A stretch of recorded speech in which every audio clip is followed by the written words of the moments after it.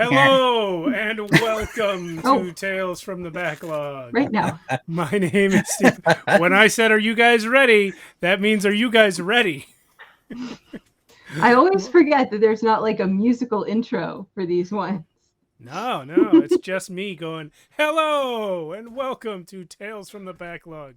My name is Steve Boshier, and I push the buttons here. If you're not familiar with this channel, this is Shadows of Arconia, where we have all kinds of games on Monday nights.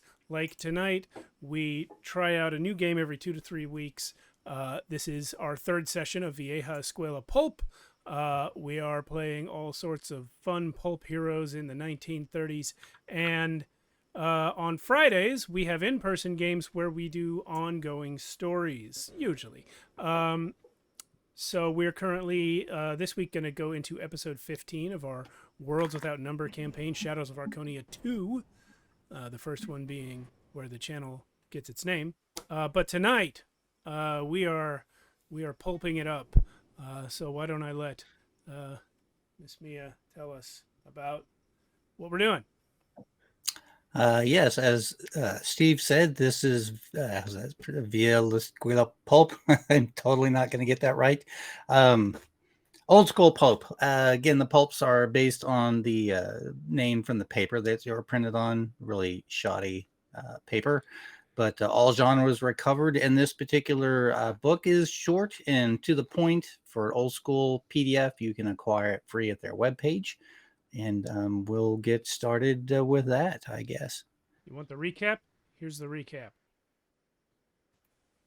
Newsflash, our heroes have made their way to Europe. The voyage there ended with their transport being shot down. Fortunately, there were parachutes to prevent the plunge to their deaths. A woman gave them a ride to a local village, where they hired a fishing trawler to take them to their final destination. They discovered Henry LaCroix in his wine cellar, bleeding out, his dying breath revealing that Lorelei Montague was not French, but from Russia. We pick up the story with our fabulous four in a small hidden room, a few yards away from the sound of several feet thundering down the stairs. Right. So, the players on the call with me actually couldn't hear that. But, yeah, there's footsteps coming down the stairs, very close to us. Oh, yes. And as a former conference call operator, that 42 seconds of silence in this end was painful. So, yes, you are currently, as you entered that hidden room behind the panel and are examining the workspace, and you find three small artifacts and that tome that discusses, that has the poems in it. The panel slides shut behind you, and you hear the rumbling of feet coming down the stairs. Someone speaks up. "Oh, is that Mr. LaCroix? Oh my God, he is aged. She said he would." Wait, where's the dagger? She said we would have to take it and hide it. She is going to be so mad. So mad. Oh, and somebody's dressed his wound. The intruders must have been here. You two, go upstairs, get the dogs, and search the grounds. You two, go up the spiral stairs and search the house. We will stay here and take care of the body. So does it sound like one of those groups of people was sent in our direction? The spiral staircase was the staircase you came down through the secret panel in the entry hall. Okay. And the other, you hear the sound of footsteps going back up the stairs. And you hear two people kind of like rummaging around outside. "Oh, we're going to have to get his body taken away. She said it would take about an hour for the knife to drain his life." Oh, boy. So I'm going to go ahead and position myself to the side of the entrance to grab whoever comes through.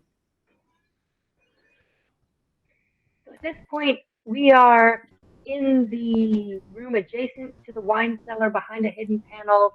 Do we still have access to the hidden passageway near the front door, or do we need to pass the room that they're in to leave? Yeah, the spiral staircase was on the other end of the room from where you are currently hidden.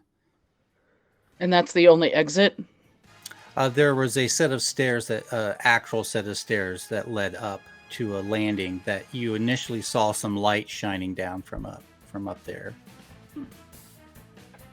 So that's near us.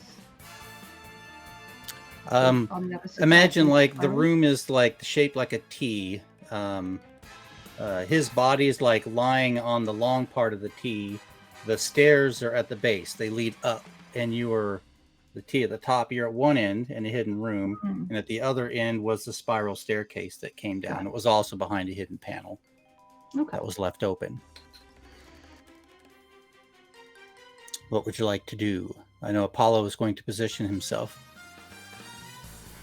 Shall Yeah, we? I can position myself on the other side. If that's the only way out.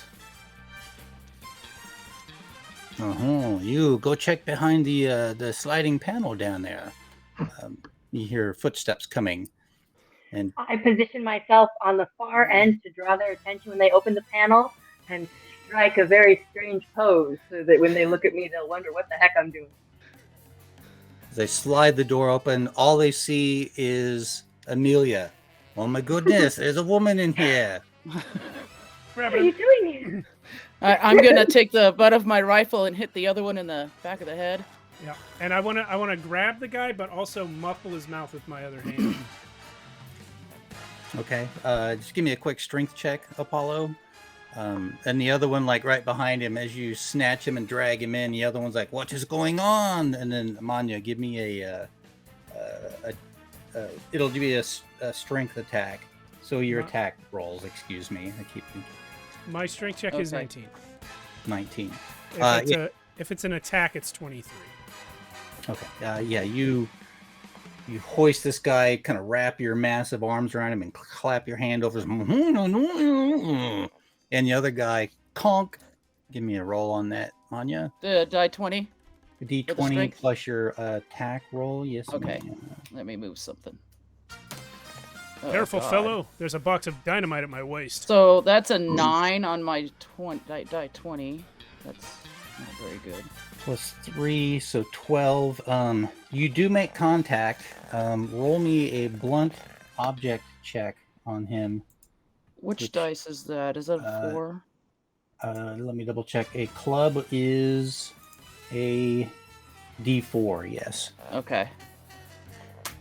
2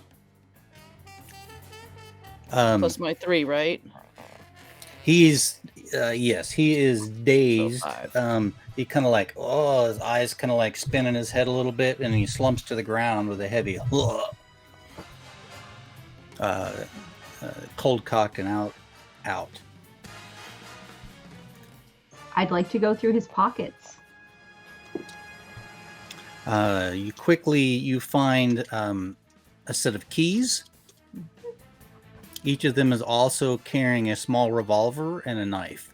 Sorry, point of order. I'm still just holding this guy. He's not unconscious Yeah. or anything. I thought we would question him. Yeah, I in he's- fact was maybe following that that be- line as well.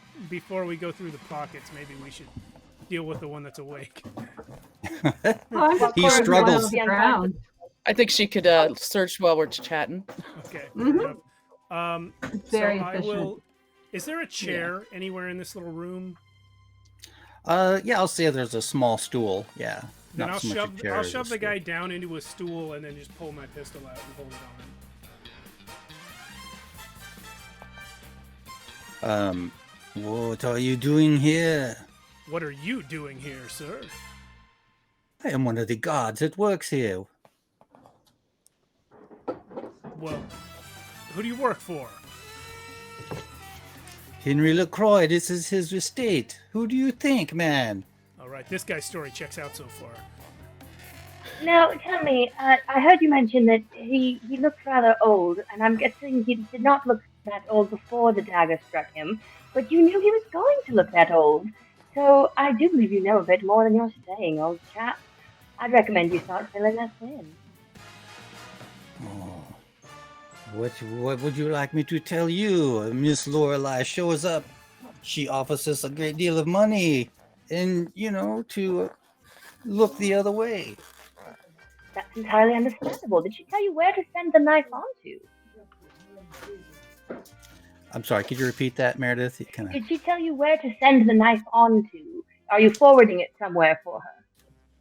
Oh, the knife. Do you know if the knife was not in Mr. LaCroix's bate? No, indeed. That's not the it may question have she wandered. asked you, pal. I say I'm to gonna pull Brandon. out one of my knives and give a little bit more intimidation there. Hopefully, maybe he'll straighten up a bit and give better answers. Yeah. This is To not his- the first Put it time to I've his had neck. This is not the first time I've had a gun in my... Oh, a knife to my neck. This is very scary. Please do not kill me. Meredith, will you check Oh, as your long as you- Discord messages, please? Absolutely. Yeah. So you better answer the questions you're asked, Buster. Oh, the knife. Yeah, she said it was required to kill him. Apparently, he has lived many, many years beyond his natural life. And what is it about this knife? I do not know. She brought it with her. Am I going to be cursed just for carrying it? You have the knife, sir? Yeah, I got the knife. I'm holding it. Oh, that is a very fancy knife. Well, I know nothing about it. You know nothing about it, but you knew it would make him old. Only because she said so. And did What- she say what to do with it after you'd taken it out of him? We were to lock it in the safe in the study. Did she say where she was going? Oh, she did not. She took his sports car and left. More than an hour ago. And it was Lorelei that drove the knife in. Yes. Hmm. That seemed like her style. What do you know about her style? Same as everybody else. She's kind of seemed like a bad person. She threw a bomb at me. I don't like her very much, Apollo. I take that kind of thing very personally. Well, Call it a that's character valid. flaw, if you will. So what are you going to do? You're going to kill me? Or let me live? What do you guys think? I think we just tie him to the chair and gag him. Yeah, we can do that and put him in the room. That would be most agreeable with me too. Please. Well, it's wonderful that we're all on the same page here. Yeah. And I go to find some rope. As I would like to see little Francois again. Him and his mother, they live in the local town. Okay, no. That's And I'll hurry back with some rope before he can tell us more about little Yeah, Francois I'm just gonna cover his mouth and with my hand Mrs. again. Francois. we don't want to know anymore. It's a Pulp story, buddy. You don't get it. So you lash him to the chair. Maybe there's like a leg on the table. You can like tie him like backed against the bench and table and chair and gag him. The I'm gonna take three. the dragon right before we put it in. I'm going to ask now, if you were us and you wanted to try and catch up to her, is there another fast vehicle nearby, or perhaps an airstrip that you know of in the area? She landed the airplane was out of fuel. She took the car. I do not know where she went. Worth asking. Oh, in his mouth. My friend there on the floor, will you spare his life too? Yes, of course. We're not monsters. We're not here to kill anyone, except Right. for those who try to kill us. We just don't want to be followed. Now, our Now plan that we're- our plan at this time is just to tie you up and gag you, but if you make too much trouble, I can always come back and try to convince you to be quiet. Yes. Mm. Well, Shakes his wonderful. head Now yes. that we all understand each other, let's go. Agreed. Let's get out of here. I stab him. No, I don't. Oh my goodness! Before you bolt out of there, Brutal. again, that little book had those 4 poems in it, but there is a 3 small items sitting on a shelf: a small statuette, a roughly carved. I can't even read my own typing. What's that all about? A small small carved stone that roughly resembles a horse's head, a unicorn's head, with its horn broken off. There is a small bracelet, silvery bracelet, with like a line of blue stone laid in it, and a small hammer. Small Like a hammer. Not very big. Construction hammer, or like a jeweler's hammer, or Like a jeweler's hammer, yeah. okay. Yeah, but Something I mean, for delicate work. Yeah. Okay. So I will ask if you Alright are then. taking those with you and who will be taking them. Well, I am zeroing in on that bracelet. Yes. If you don't take the others, I will. I definitely think we should bring them with us. Oh, certainly. The small stone horse's head has a leather strap tied to it, so you could wear it as a necklace if you wish. Interesting. So we And, can just also rob people? That's what we do? Video. It's This is a part of archaeology. It's often considered tomb robbing or grave robbing. There is a dead man. We are in his house. We're now going to take his valuables that might lead us to other treasure and say we're going to put them in a museum. It's rather the tradition of our kind. It's very British. Well, okay, but I it's could not feel generally considered archaeology unless the person's been dead for a little bit longer than this. I'll steal from anybody, living, dead. It doesn't really matter to me. Well, I know that about you, Cora. You while you're discussing this, you hear from up the stairs, hey, little Francois' father, what is going down there? And then you hear a little the sound of a Oh, the dog dogs. barking. Oh, somebody must be down there. The dogs are getting excited. I take the Maybe cat we out should, of his mouth, call up to them and convince- say everything's fine. Quick, does Convince anyone have Francois a T-bone? T-bone. We should convince him to take the dogs and the guards someplace else so we can escape. That's a good idea. Do I have any of that money left that I found, Mia, that I could bribe him with, since he seems money driven? Yeah, you could try and bribe him. We also know that these people took money to betray their employer. So their loyalties are, shifty to begin with. Mm-hmm. So how much would it take, Francois' papa, for you to lead them in the wrong direction? Oh, he contemplates it for a second. How much money have you got, huh? Well, I spent all my money on food before we got on the plane. Or blimp. Okay, I have no idea of the value of French money in 1935, so Yeah. How much do you we're have? gonna have to, I have 18 Fan out a stack American of dollars. bills. I'll just flash him like a rolled up wad.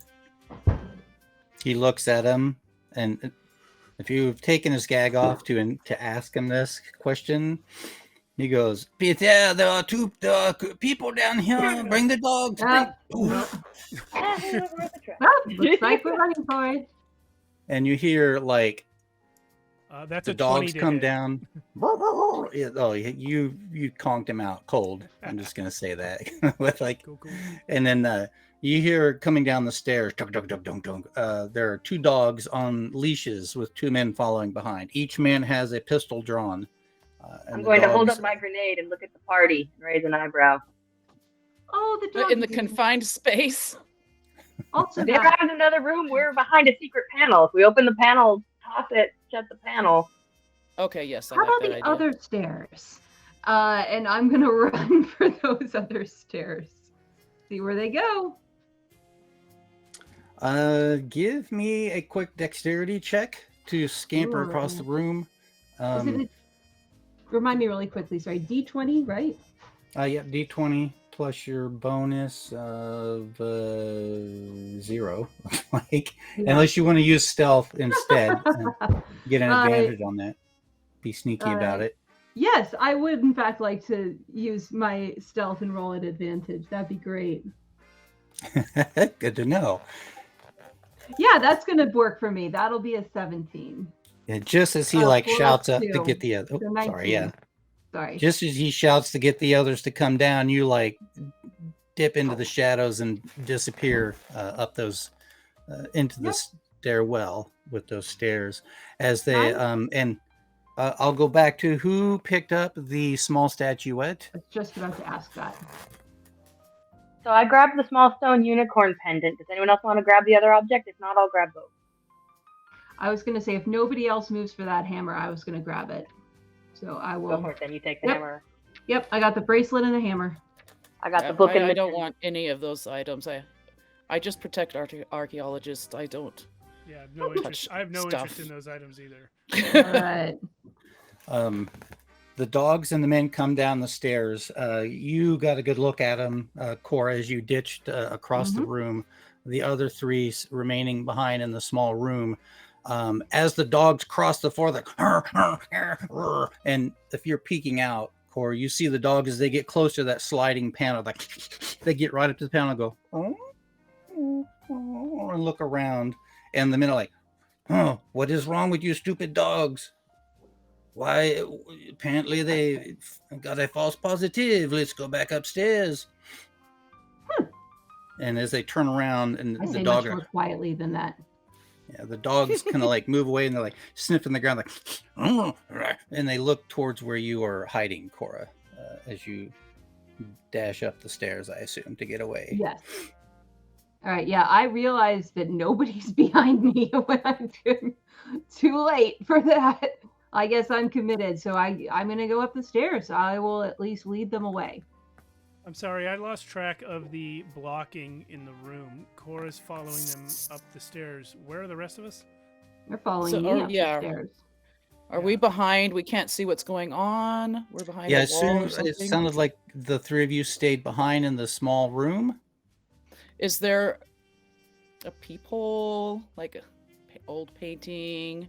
Yeah, if we can like that, hear that we they're can leaving, see I'm through, coming out. or Yeah, they go up those spiral stairs. As now the dogs have a hit on Cora's scent. So I suppose we could probably hear them retreating. Yeah, we'd be able to hear them move away. Yeah, let's go kill them. So, yeah, that's my vote. Let's go. Yeah, We'll get them from behind. That's right. Yeah. Okay, let's do. We're Manya and I are coming out of the panel and And I've got stealth, so I'm gonna do that stealthily. You know what, I will too. Right, I'm gonna stay in the room until I hear things get loud because I do not have it. Right, 17 stealth. All right, you are stealthy, Manya. All right, hang on. Stealthy. That will be 19. We're Very stealthy. All right. And can we see them, or did they go too far up the stairs yet? The dogs are having a little trouble navigating this tight spiral staircase. So, oh, you dogs go! One guy is halfway up, and the other is there at the base of the stairs with his dog 2 or 3 steps up. Okay. I don't like shooting dogs, but Manya doesn't care. I'm gonna take aim at the whatever dog is closest, I suppose, with my rifle. Wait. I think if I see you raising your gun at a dog, I think Apollo Johnson's gonna hold up his hand, and I'm just gonna go melee everybody. Well, what's gonna happen when those dogs get loose? I'm gonna fight them, but first I'm going to take out their handler here.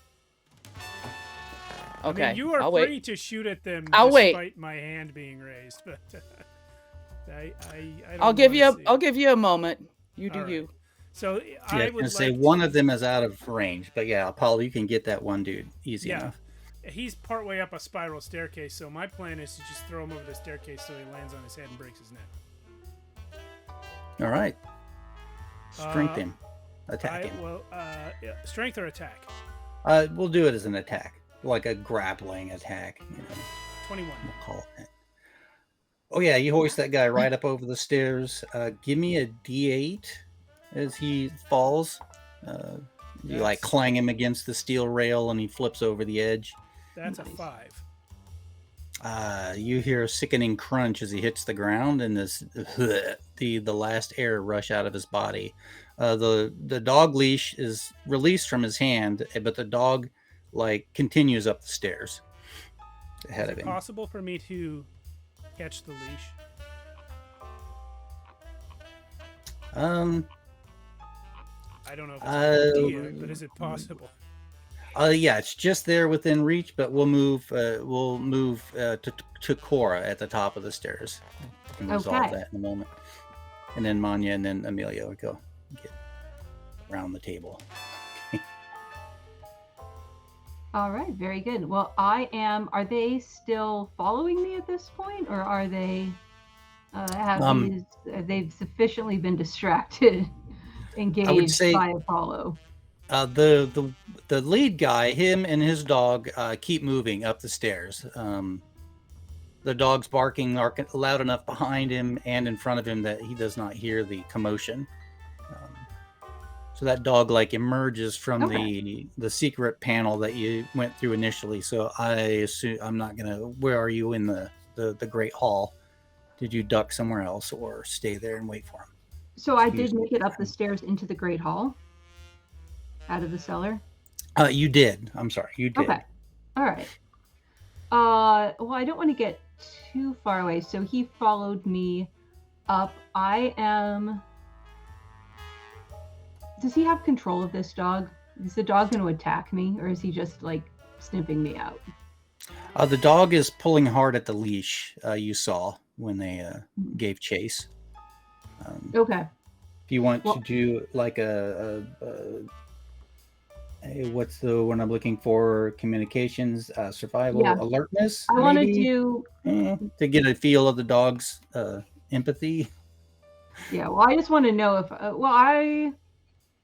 I'll take my chances. I'll play it straight and turn around and say stop by order of Interpol. I don't know if Interpol existed yet, but I'm going for it. The appropriate Secret Service. Roll a what am I looking for? Communications, right? You're Yes. a communicator. And I have and I have advantage With your roguish link. because I am going to use this. Oh, I forgot to add my new talent. That's all right. I'll add that in a sec. So yeah, that's a 17 plus 1.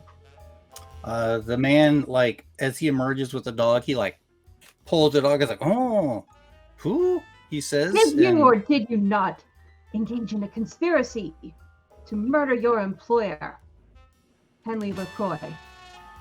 He looks around, confused. I have it and- on good authority, and I'm approaching.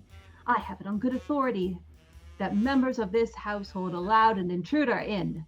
Sadly, we were too late to stop the terrible murder. But I will have you and all your compatriots drawn up on charges. And you will only make the situation worse for yourself if you try to attack me, a licensed agent of the law, In France, I say in English with much more conviction. Les police. He looks confused. He's kind of like reined the dog in a little bit. He's pulled it back and now has his hand around its like collar, and he's looking at you confused, and we'll leave it at that for the moment. Okay. Manya, you see Apollo like chuck that dude over the rail, and that dog that the guy had a hold of, its leash is loose and it's still on its way up the stairs. Apollo, you'll get a chance to grab that leash at the top of the next round. Okay. I'm gonna run up there closer. But obviously Apollo had some sort of plan in mind, and just give him a quick look and see if he can communicate to me what he wanted to do. And whether I'm gonna stop there or continue up. I don't think that I can communicate anything clearly with gestures at this time. Other than, I just didn't want you to kill the dog. I would rather kill that man than the dog. And Apollo fills that stairwell. He's like hulking size. He's a big dude, and the stairs are very narrow and tight. So, Cindy, are you still with us? Yes, I'm back. Okay. I don't know if you heard me, but I just said the only thing I feel like Apollo can communicate non-verbally is I just didn't want you to shoot the dog. There's that. And then if I'm if I'm able to, I would like to let Manya pass. I don't know if I'm too big for that. It's a really tight stairwell. It would be very uncomfortable for you to pass. You would have to press very tight together. Those spiral staircase, the metal spiral staircases of libraries are like this wide. Yeah, it's pretty tiny. Okay. I know the ones. Yeah. Well, I better just hold off and wait and see what happens with Apollo's turn. Okay. I would like to take the rations out of my bag and step out of the room and start calling up to the dog, "Here, boy," and start opening my rations packet and crumbling up the food so that it starts smelling like food. See if I can get it to turn around and start coming back down the stairs towards Apollo, making it easier to catch. The dog stops on the stairs, and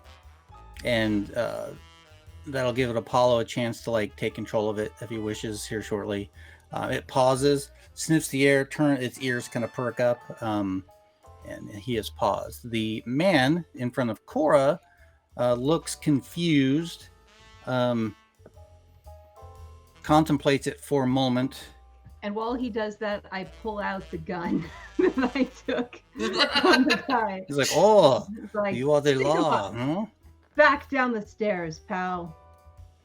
Oh, I am so sorry. We did not kill Mr. LaCroix. It was somebody else. Who was it? It was a Lorelei Montague." A convenient excuse. Give me that leash. Which And we I already will- know to be true. Yes, I know. I can't believe I taught this guy. I'm gonna try. If he's like, Yeah, you gotta do what you gotta do. "Yeah, heel, dog, heel." And he gets the dog to calm down and sit. Apollo. Yeah. I'm gonna go for that leash. Now, in order to try and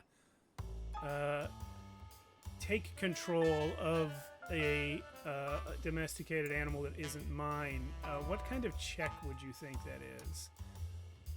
Charisma? Okay. Could I argue communication or survival? Yeah. Sure. Okay. We'll call it survival. Because you've had experience with animals at the circus. You know a little something about them. So yeah, use your survival. True. So I'll try and grab the leash. I don't know if that's going to be a separate check, but I'd like to take the leash and establish dominance.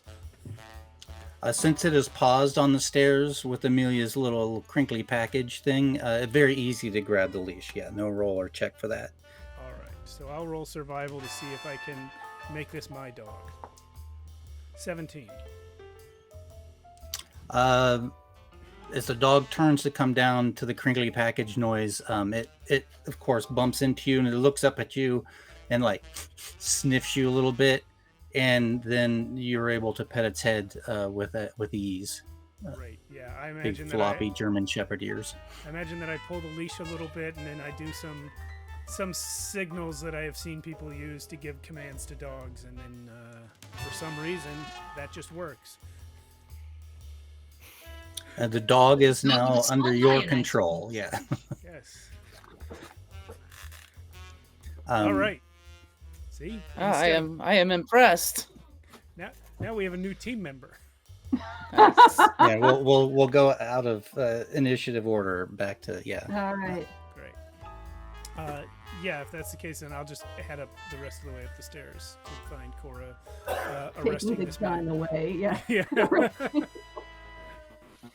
He's like, "What do you want? Oh, well, you're All going right, to up put me in against- handcuffs." Hands against the wall, and just and behind his back as Apollo's coming up like, Officer Montesquieu, I see you have captured one of the villains. that's afraid right. I'm afraid his partner resisted. This is my dog now. I will. Montesquieu, you say, huh? Are you related to me to Lorelei? I'll ask the questions, pal. Why is everybody asking so many questions after they? Who's asking questions? Your prisoner. Who else is Very asking good. questions? Listen, you wait right there. We'll be right back. I'm like, let's go behind We his all back. scurry past. Yeah. Like, listen, Um, I believe you. You were not involved in this. Can't say the same for your fellow employees. The rest of the team will be here any second, and wait right there. And I'm running after them. She was mistaken. Where are you going to run to, Cora? Well, Are you gonna are you explore the guys- house more, or just Do get we the heck have out a of Dodge? location of a fast vehicle? I don't think so. We can steal Um, We were another told the boat. plane was out of gas. Oh well, then in that case, I just turned back on. Wait a second. How did Lorelei Montague escape from here? Show me the garage. What? Let's She go. left in his sports car. Yes, it comes this way. All I right. have a question, officer. The dagger. Yes. It was not ours. We did not stab him. A likely story. What do you know about this dagger? Oh, only that we were supposed to put it in his safe once we retrieved it from Mr. Montague's bate. Oh, and you have access to the safe? What else is in this safe? I do not know. Wait, I'm Francois's sorry. father. Francois's father knows the combination. Francois Senior. What? Yeah, I was just Francois Père. All right. Which literally translates as Francois father. So, but it's like, and I'll wait. I'll just stop him for a second behind his back again. Like, it's like, I'm gonna go say. Focus. Ah, There all might be right. something important in the safe. Could ask If there him. was something important, she would have taken it. Oh well.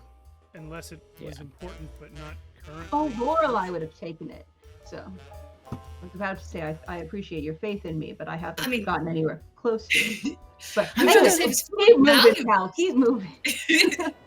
She did not get in his safe. She came in, bribed us, then killed him and left. So you confess? Oh, I did not kill him. It was her. But you're Oh complicit. my is God, a did I say he was bribed? We were not conspiracy. bribed. No. She threatened our lives. Man, being a police officer is so easy. You'd think so, wouldn't you? All right. All right, so what's everyone else doing? Manya, Amelia? Well, Apollo, as far as I followed questioning this Apollo guy. up. I'm gonna keep. Yeah, I'm going keeping a towards- distance behind Cora, pacing her to the garage so that her Yeah. prisoner doesn't necessarily know the force that she has with her. Yeah, as do you- we- Mhm. Sorry. Weren't there I was say, more as Amelia dogs? passes through, both dogs are like, oh, oh. Okay. Because I only got one dog. This The guy other still has was the other one. leashed. Yeah, the one Cora Okay. He's got got her him under hands on. control. Got it. As you You tie him off to a chair leg. Something that looks very expensive and delicious for dogs to chew on. Heavy. Something that looks Lots very of heavy, stuffing. hard for dogs Yeah. to escape from. Yeah. Mhm. yeah, there's the mahogany like staircase with the fine railing. There is a Perfect. very fancy cushion chair just around to the side. Oh, I So, was yeah, thinking stair rail, but yeah, chair works too. Time to the stair rail right there where he Mhm. could chew on the stair rail and the fancy Mhm. chair. And some of the Um, books too. Why not? Mm. Fuck Oh, your not the books. books. Yes, for the Right, so- record, I am, as I pass by anything that, any a cute little trinket that would fit in my pockets, I am absolutely just, as I go by, It's I like a imagine I silver can maybe pick up one or two, but candy dish, maybe like a Perfect. fancy mirror, a Candy. comb, just some there random any- stuff lying around. Are yeah. there any books about fitness in here? Um, there might be one or two in the study. As you make your way to the garage, you can see you guys came in through the study. There was a desk in there and a bookshelf and a fireplace. Did you guys know that if you drink snake venom with your breakfast, you'll actually gain weight? Yes, everybody knows that. Wow. That's why I avoid drinking snake venom. I'm gonna start adding some snake venom.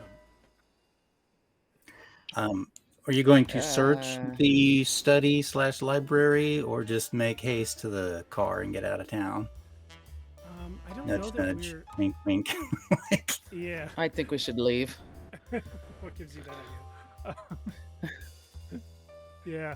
Yeah. I mean, I don't mind trying to bust the safe open if someone wants to, but otherwise, I mean, No. we're not really being chased right now, but we're also kind of done here, I think. We're also an hour behind the person we're chasing. It's not so much about us being pursued as doing the pursuit. Yeah. We have 4 possible destinations to choose from. We do have. How big is this safe? We could take it with. How big is the safe? The safe, it is a wall safe behind the painting in the study. How big is Oh, the you just wall? have to break the wall. I've got a crowbar. I just pull the crowbar out. Yeah, I got one. How big of a deal is that gonna be, Game Master? That's going to be a tough one. A strength check at 17. It's Here we very go. hard. Of course, Somebody somebody hit- might be able to work the Oh. lock. I'll say. Hold on just one second. Officer Johnson, can you take over here for a second? And Wait a minute. Didn't Cora get some keys? Or is it a There were combo keys? lock? yes, I did get some keys, but it's I'll check out the safe. Does it have a key or a combination lock? That's a combination lock. Oh, Can I The roll in? keys look like automobile keys, maybe door keys, desk keys. Excuse me. I squeaky do chair. have my set of lock picks, and I do have a 2 on manipulation. Can I roll to see if I can break into this safe very quickly? You lost Oh, yourself. Mia, you went quiet. Sorry. Yeah, you may do that. You might have a better Just a chance. straight D20. Plus your manipulation check, yeah. And then while you're doing that, is anybody searching the room? Yes, Just I keep am, nudging. absolutely. If they're going to be breaking open the safe, I'm casing the rest of the room looking for any important documents. Yeah, Or- I I only can take, help like- search the room as well. I'll Take help 5-10 Amelia. minutes. It's going to be an 11 unless you'll let me have an advantage for having my lock picks on me. They That's wouldn't not- apply. Yeah, they So yeah, you wouldn't. They're not spin really- the lock, give it a try. The first attempt was not successful. You could try again. I'll give you 3 chances before Okay. Apollo maybe loses patience and wants to smash We'll it. tell somebody else. Apollo's Yeah, not impatient. He's not a barbarian. He's just very All right. strong. Just very strong. that was a Um, 13. Okay. One more try. I'll say it's a little easier now. Bring it down to a 15. You're like, oh, you got the first little. That's a 21. Oh, well, shoot. Oh. You're like, Just had to you get do the the feel little, of it. and you crank it Come on, open, fingers. and we'll come back to what you find in All a right. second. While you're searching around on the desk, Amania, you just find like receipts and papers and and a small personal journal that you kind of like flip it open. It's like Henry's personal journal, and like partway through, he's like, "Oh, I recently got a letter from Lorelai. It's unexpected to hear from her after all these years. Oh, it is so amazing that, but it is good that she found that elixir to prolong my life. I should give thanks, but she attempted to murder me years ago. We took her in when she had gotten separated from the Montagues in the chaos as people fled during the Prussian-Franco War. In the chaos, they left her behind. She was the daughter of their house servant, but they adopted her, changed her name to Lorelai. But her Russian name, Natalia Ivanova. Oh, no, wait, that was her mother's name. It was Tatiana Ivanova.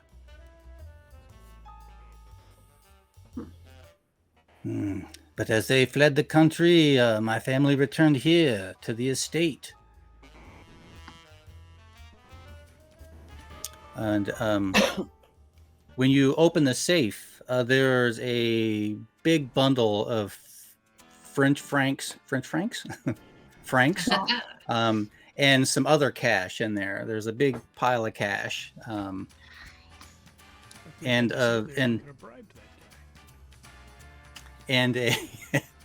a like a little packet that says deed on it. That looks fun. As you like pull the deed out, it like describes the estate that you're currently in, the Montague estate, and written in below it, possession taken by the LaCroix post Franco-Prussian War. Prior owners William and Isabella Montague.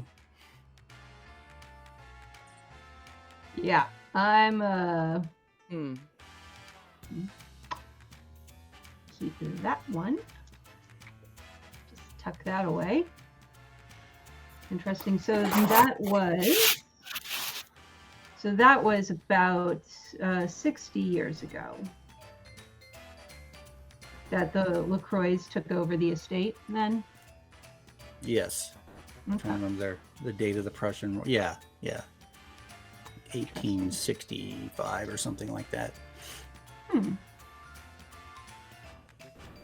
And you don't find much else in the room. That journal entry, which I totally butchered reading because apparently I can't read this evening, lists again that the Russian woman that worked for the Montagues at their estate, their northern estate, was a woman named Natalia. But she died when Tatiana was 2 years old, and the Montagues took Tatiana in as their own daughter and named her Lorelai. So we do, in fact, only need a fast car. We're only headed to the northern estate, because right now we're on the southern coast. If there's a northern estate that was also taken by the LaCroix from the Montagues when she was left behind, as it were, I'd imagine that's where she's headed. That makes sense. Yeah, Indeed. works for me. I'm so glad we stopped in the library. I apologize for trying to pass it up. No. If Amelia, if you won't go into a library, please be assured that I will make you go into the library. I should check and make sure I'm feeling well, shouldn't I? Yeah. Well, it's been a trying day for all of us. And then I turn around to the like, all right, pal, and just drop it into that like rough American accent. Like, let's go. Drop the transatlantic accent and To the garage. Oh, okay. To the garage we go. When you Right. arrive in the garage, there are a handful of cars and a large truck. There's a small crate sitting near the garage door. The garage door I've is had like this on the crowbar hinges. out since we were upstairs. That crate is open. As you approach the Gordon and put the Freeman. crowbar in there, the Frenchman's like, "Oh no, you must not do that. That is Shut not up, Reggie." ours." Crack. As you crack Yeah, that there we lid go. off, you see inside small bars of gold. The crate is rough size, maybe like a foot by like 24 inches.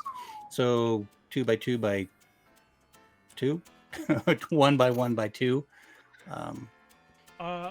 Do these gold bars have any markings on them? Each gold bar is marked with like a stamp of like that represents 5 pounds. Okay. You know, the 5 pound bar of gold is pretty not too big. Yeah, it's not too No, big. it's not very big. Here's the thing. A big pile of gold is a lot of fun, but we need a car that's going fast, so we can't weigh it down too much. Define too much. Yeah. I should have listened to this guy. Well, the truck That- can carry Cora's rather a lot. eyes I are just imagine. like if she had like a cartoon hearts coming out of her eyes, she would. The truck can carry a lot, but the truck was not going to be my pick for vehicle because we need to go as fast as we can. We need to find the fastest car in here. I look around. What is the fastest car in here look to be? There are a couple of small like coupe sports cars that you can get 4 people in. If you're bringing a dog along, it would be really comfortable in the back seat. A little uncomfortable. But as a GM, I'm going to ask you, are we going after where you think she might have gone, or are you going with the Maltese route moving forward? Oh right. What's the Maltese? As the listed So I pull estate open the is book. the What? that was the Oh, poem up to this- that yeah. mentioned the ruins Right. in Malta. Because we're just guessing where she might have gone, and we have these other clues we can follow. Indeed. Well, yeah, good point. Either way, I think we need the fast car. Did you know there was a French Grand Prix in 1935? I Oh. did. We all do. We've all learned a little something today. Maybe. Oh yes, I was there to watch the Grand Prix. Maybe they had a car in that race. Huh? Maybe that car's here. Imagine that's the car she I took. think that's probably a one-seater. Please do not harm me. The 2 at most. I turn to our local captured guide and I say, listen, chap, if you needed to get to, say, the island of Malta awfully quickly, where's the most convenient port or airport or place to take off quickly from here? there's a train station in La Rochelle. I'm totally butchering that. I think, Yeah, it's pretty close to La Rochelle. Business story. which is only a few miles from where you're at. Oh, the train station. I take it to Saint-Denis occasionally, and occasionally down to Bordeaux. They've got some of the best wine in the Bordeaux country. All right. Right, hop a train, see if we can beat her to Malta. Get to the giantess's tears first. You're the expert in this, Amelia. Manya, are you The train coming station. along for the ride? If you'll have me, I'm having a great time. Fantastic. And I am, while this has been You're my happening, kind of I guy, am- Manya. Slap you on the back. I'll slap you right back on the Ah. back. Well done. That's how Sliding. men slap each other. You in the safe you found about $1,000 in francs and $1,000 in other currency, a mixed batch of currency, like Okay. Spanish currency and English currency and some American bills. You know. Terrific. I'm adding to that. I am ditching the candy dish and replacing.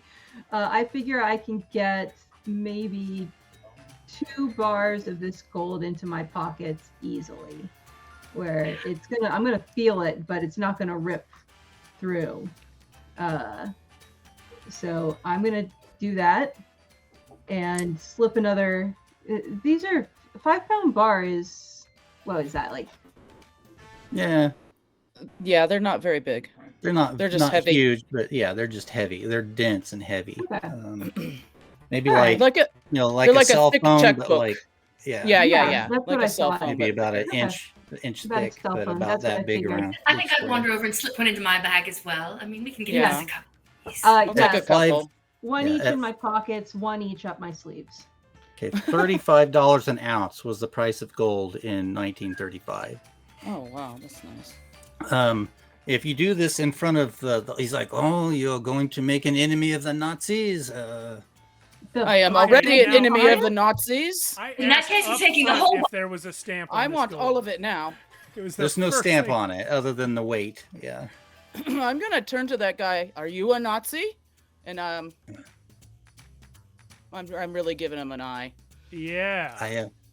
I am not, no, but Mr. LaCroix has been sending gold to the Nazis for the last year and a half. You mean this is Whoa. pre-Nazi gold?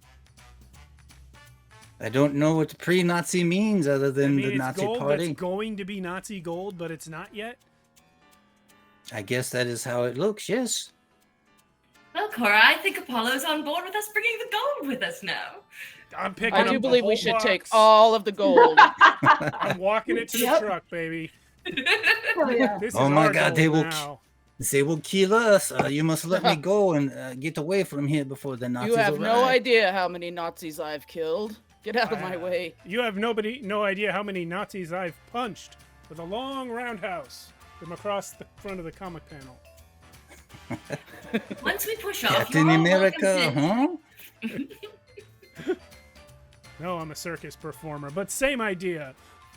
Hey, That box roughly weighs, minus whatever the others took out, just under 100 pounds. 100? That's fine. I could do that with one arm. Yeah, that's like $56,000 worth of gold that you just stole. hell yeah. Cool, let's go. Yep. I will, Yeah. I will spend the ride in the I back of the haven't. truck nailing the lid shut again. Mm-hmm. La Roche is La Rochelle. La Roche. It is only a few miles down the road, so it takes no time at all to get there. All right. And the train tickets, the train leaves in like half an hour, giving you roughly a half an hour to gather together or get any supplies that you feel necessary. Oh, yeah, I did knock that guy out before we left the house. Okay. Yes. As you're driving out the That's the line. driveway, the two more men come rushing out. Where are you going? Oh geez. Apparently, I we fired the must go. pistol wildly into the air, not trying to hit them, but just making a lot of noise. Rufus is Oh. my dog now! Oh, we brought the dog? Absolutely. He's mine. Okay, then I'm driving because you are sitting in the back seat with the dog. Yeah, I'm in the back nailing Fine. the lid closed with Rufus. Very well. I'll take shotgun And I'm not the one so that I shooting can the shoot dog. if I need to. Yeah. Now I'm that we have sitting all in the this middle of the Nazi seat. gold, frantically making notes. Yeah. we have all this You'll- Nazi gold. I want to be ready for anything. Nope. Getting to La Rochelle is uneventful. Again, you arrive in town, are able to pull up to the train station, easy enough to get your tickets, and yeah, like a half hour before the train leaves. Anything you'd like to do in town? We should arrange to Supplies. ship this crate back to Miss Kensington's house so that we don't have to carry the crate with us necessarily. I will take Label some it- gold out of Label it. it shoestrings. Yeah, good idea. I'll take some gold out of it and use it to buy some dog food for Rufus. That's a lot I of will dog food. stop. and It's a like, little overkill. Apollo, I will give you. How much dog food will this get me? You can have the whole shop. Yeah. Anyway. No, I use regular money to buy dog food. Yes, I will. Yeah, I will happily share out to everybody. I'll divide up the 1,000 francs amongst the 4 of us, so 250 francs to everybody. Traveling money next. Yes. Yeah. So each bar is worth like about $28,000 or $2,800. Excuse me. Yeah. Honestly, I'm not sure like store-bought dog food was even a thing in 1935, but I'll just buy meat. Yeah, scrap meat was a thing. Yeah, Butcher bones. not like crunchy dog food or canned dog. That is a good-looking dog you have there. Yeah. Let me give you some of the best leftovers, best cuttings I've got. Oh, that would be appreciated. Rufus is a hungry boy. Yeah, here you go. It gives you like a pig's leg, basically. That's it. Get the protein in there, Rufus. We'll start on your weight training tomorrow night. Is Rufus a boy dog, or just assuming? I just decided he was a boy. I think Apollo would know the difference. Yeah. Just playing. Absolutely. Are you suggesting whether or not the dog can drive the truck? No, I don't think the dog can drive the truck. Although, he does have the most important qualifications. Oh. The crate of gold is really heavy for such a small package. The shipping house is like, oh, this is so heavy. What is inside here? Huh? Oh, shoestrings would be not a good idea. No, we're sending it to the concrete. scientist to build the dirigible. It's depleted uranium for his experiments. It's very heavy elements. Yes. But it's lead shielding, so it's very safe. And perfectly safe to Yes. carry. Very good. Nothing is wrong with it at all. It's just it's a element with no use outside of a scientific laboratory. Okay, we will get it on a boat. We will load it on the train going back to Le Rouge, and we'll put it on a steamer. It should be there in a few days. Yes. Marvelous. Okay, good. You guys are more creative. I was just going to say wet shoestrings. I'm going to take part of the money that I got and go to the telegram office and let Lady Kensington know that there's a box of depleted uranium coming to her for the scientist, and giving very coded messages, sort of an update of what went on. Good call. Good call. Message to Miss Kensington.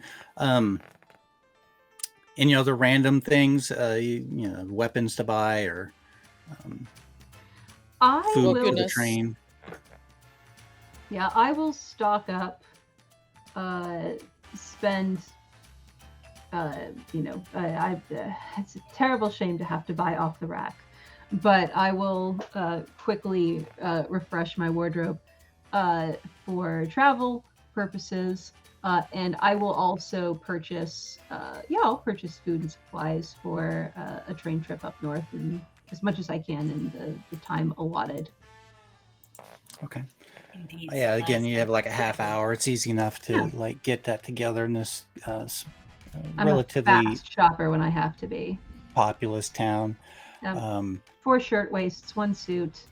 We're done. Yes. All right. So the question is, are you going to buy like one of the sleeper cabins, or just like passenger seats? The train all the way to Narbonne. Oh, That is about a 14 to 20 hour trip. I am absolutely buying us a sleeper. We're traveling in style. Good. You're able to get 2 adjoining basically side by side cabins, as they really only sleep 2 per cabin. So yeah, you get 2 cabins, and as you are boarding the train, roll a perception check. That's not the right thing. Alertness? But alertness. Yes. For all of us? Natural 20. Total. Gracious.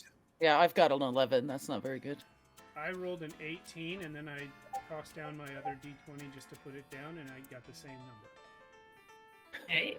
I got a double 18. 16. We are extremely alert. Extremely alert. Weird. on edge. Wide awake. I bought some coffees for all of us, and it's been an experience. Amelia doesn't drink coffee ordinarily. It's an acquired taste. I'm learning to appreciate it. Apollo Johnson can't drink enough coffee to affect. So I'm sorry, Manya, you rolled low. What was that again? 11. 11. Okay. As you're boarding the train, those of you that rolled above an 11, Amelia, you're going to see something a little extra in addition to this. You see a man with like close cut hair, and he's got on a small pair of glasses, and he's got a small brown mustache.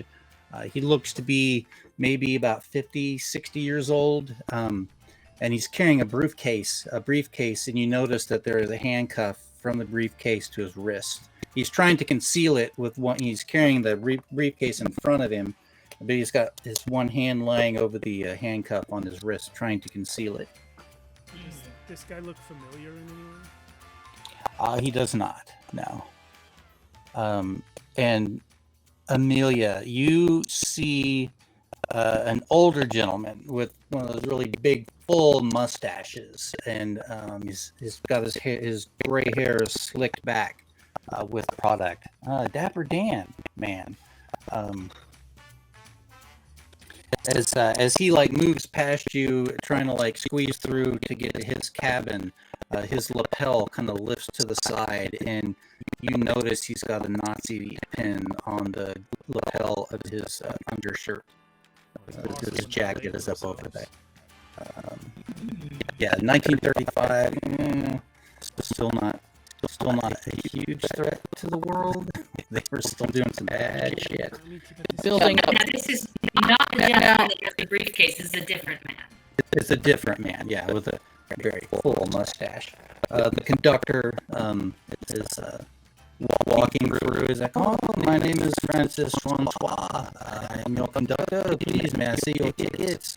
As the train is now in motion, he comes to your cabin to check your tickets. I flip them out like, how strange. You don't by any chance have a father who works in service, do you? Francis Francois? No, he does not. I've forgotten that I used that name for this guy. How many other French names can you think of? Renault, who it is. I'd also just time get into the place. Yeah. It's a good name. It's a good name. There's a lot of people named Francois. Yes. The train in Bordeaux rolls into Bordeaux, stays in station for about 10 minutes, and more people get on. A couple more people get on. You notice two French police officers get on the third man, following right behind them. And they move the passenger car, one car ahead of your sleeper coach. Okay, so the guy with the briefcase chained to his wrist, he's still on here? He's still on the train. Yeah, you notice that he's also got a cabin in the same car that you're on, just 2 or 3 up from where you're at. So, I just want to. So there's that guy. There's the Nazi, and then there's the 2 cops with some mysterious third guy. Are they all in the same car? The police officers boarded the car ahead of yours and did not come back to sleepers. You kind of see them board through the window of your cabin. The Nazi guy, when he initially got on at the same stop you boarded, he got into his cabin 2 or 3 down from you. The man with the handcuffs is also in the cabin in the same car. Thought, or do you still have that flask you're carrying? You potentially want to pretend you entered the wrong cabin and go visit this gentleman with the briefcase and chat with him a bit. I suppose I could.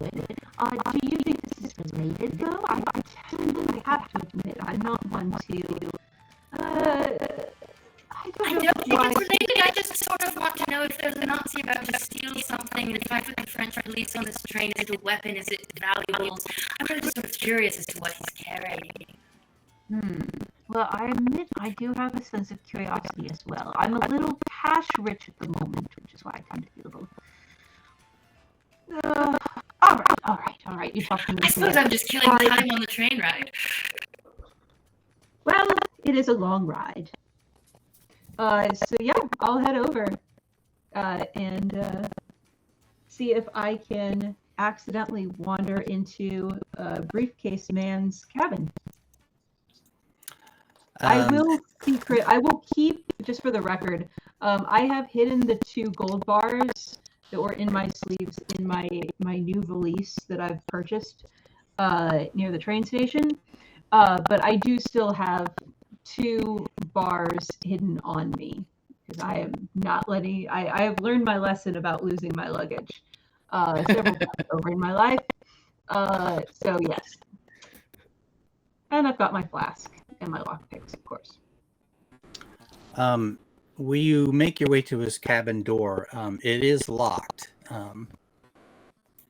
I would say just to kind of like move things on as like dinner time comes, you kind of like have seen everybody has moved into the dining car. Which would be a good opportunity to like chat people up if you'd like.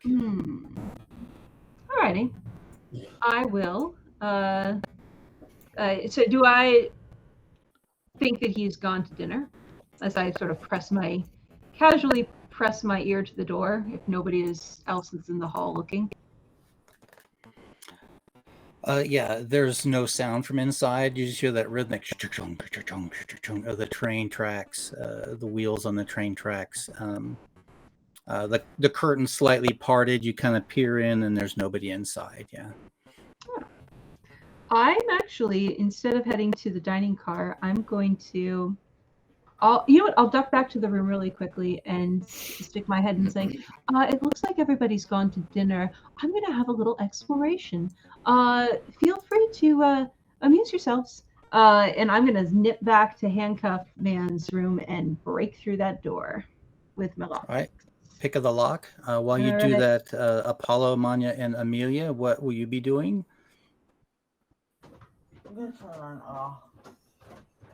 Well, I think I'll be going to dinner.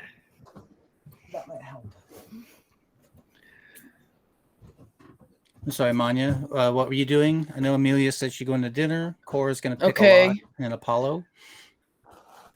Yeah, I was thinking, especially with that bad roll, maybe this would be the good time to point out that Manya has a bit of shell shock, and having all that Nazi talk recently, maybe she's feeling a little quiet and just sits down on her bunk.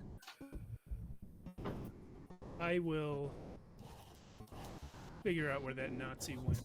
And I don't know what is going on with my framing. Sorry, bumped my computer, and now I know. Oh. Well, you can. That happened. There you go. There we go. Oh, good. All right, Apollo, you are going to go loom over the Nazi guy. Yeah, I want to see what he's doing, but I'm not going to bother trying to be too sneaky about it. I'm not going to get right up in his business right off the bat, but I am going to go watch him. All right.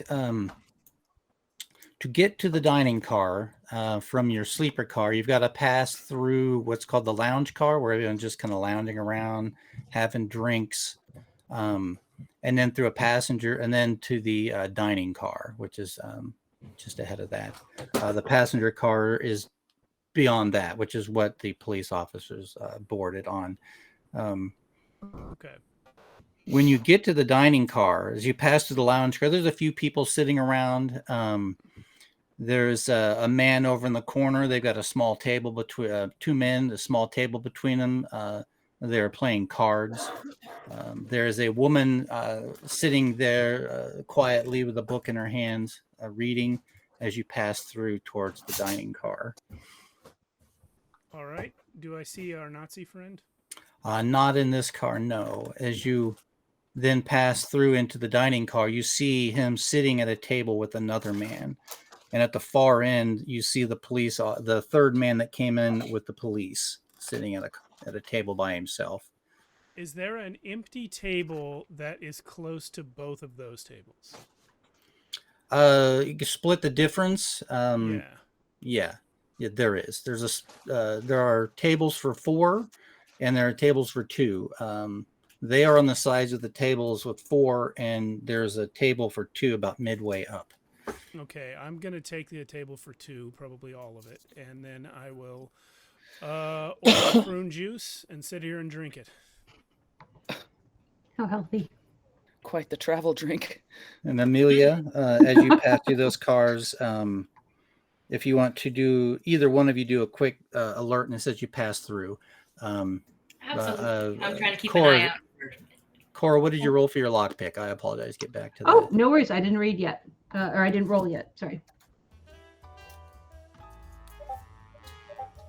I rolled a 19. With Yeah, my you more shoot manipulation. dork. Having issues. It's You not a make work short It's not a work work of that lock. Good Lord. Do it with my hands behind my back, leaning casually against the door. Yeah, exactly. Very casual. You slip inside. There's his like normal suitcase that the valet had brought on, or the conductor's assistants had brought in. That's all you can see immediately. I'll just quickly make sure there's nobody like hiding under the bed or something ridiculous, because that sort of thing happens more often than you might expect it to. But assuming there is nobody under the bed or in the bathroom ready to pop out at me, I will very quickly and efficiently toss. Oh. That made it really dark. No. Oh, sorry. Oh, go ahead. Sorry. Sorry. No, sorry. That's on my end, not you guys. Nope, you're good. Continue. Hey, you're back. So I will very quickly and efficiently flip through this guy's suitcase, very carefully to leave no trace that I was here. As you search through a suitcase, you find some scholarly papers written by certain people, and a couple of letters that have been sent to this guy. And you discover that his name is Professor Victor Hargrove. And Amelia and Apollo, I don't know if you wanted to roll alert checks as you pass through the lounge car. If you I got notice an 11 anything. this time. You got an 11. I'll say that's sufficient. As you walk by the woman reading the book, you kind of look over at her and you recognize her.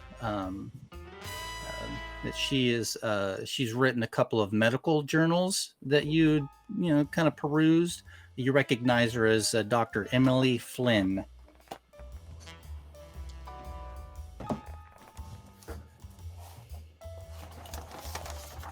And Those weren't Apollo, medical journals that were sympathetic to the Nazis in the Great War at all. what's that? Her medical journals weren't at all sympathetic to the Nazis. No, in the she's Great War at all. she's an American patriot, Yeah. And I've rolled a 14 on my alertness. You notice the two men playing cards.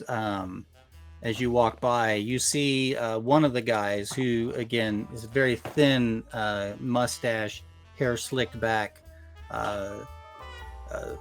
As he is like dealing the card, you notice that he deals from the bottom of the deck to the other guy.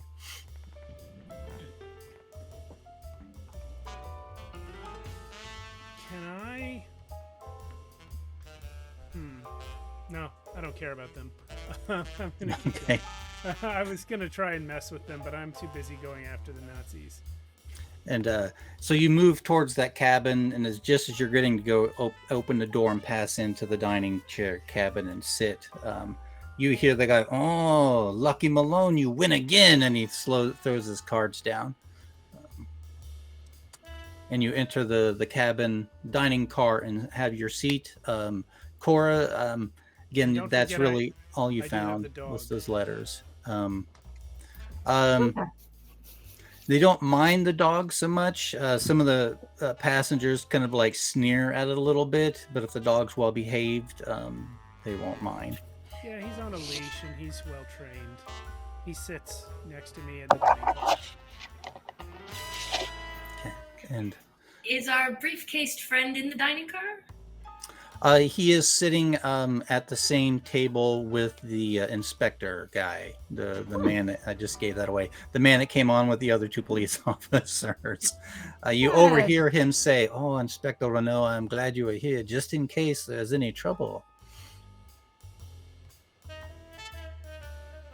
Yes, there has been some robberies lately for some of the trains all across Paris. We are trying to keep a police presence on each train between the major locations. Manya, as you... Oh, sorry.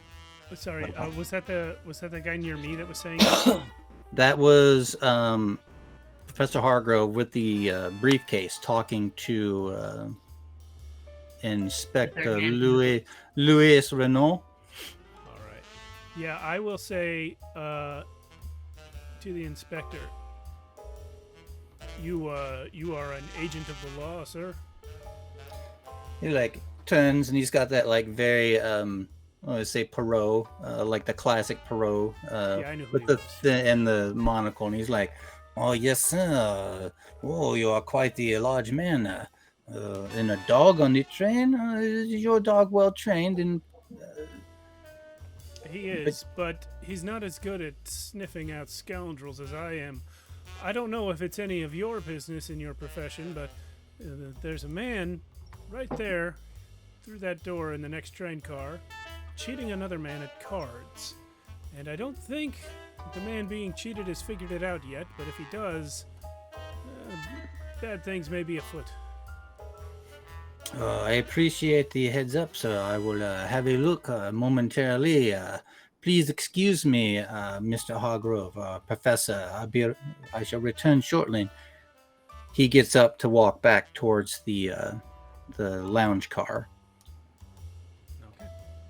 I'm going to keep a very close eye on the Nazi at the other end of the car now that our briefcase man has been left alone and his inspector guard has abandoned him to make sure he doesn't get jumped while distracted.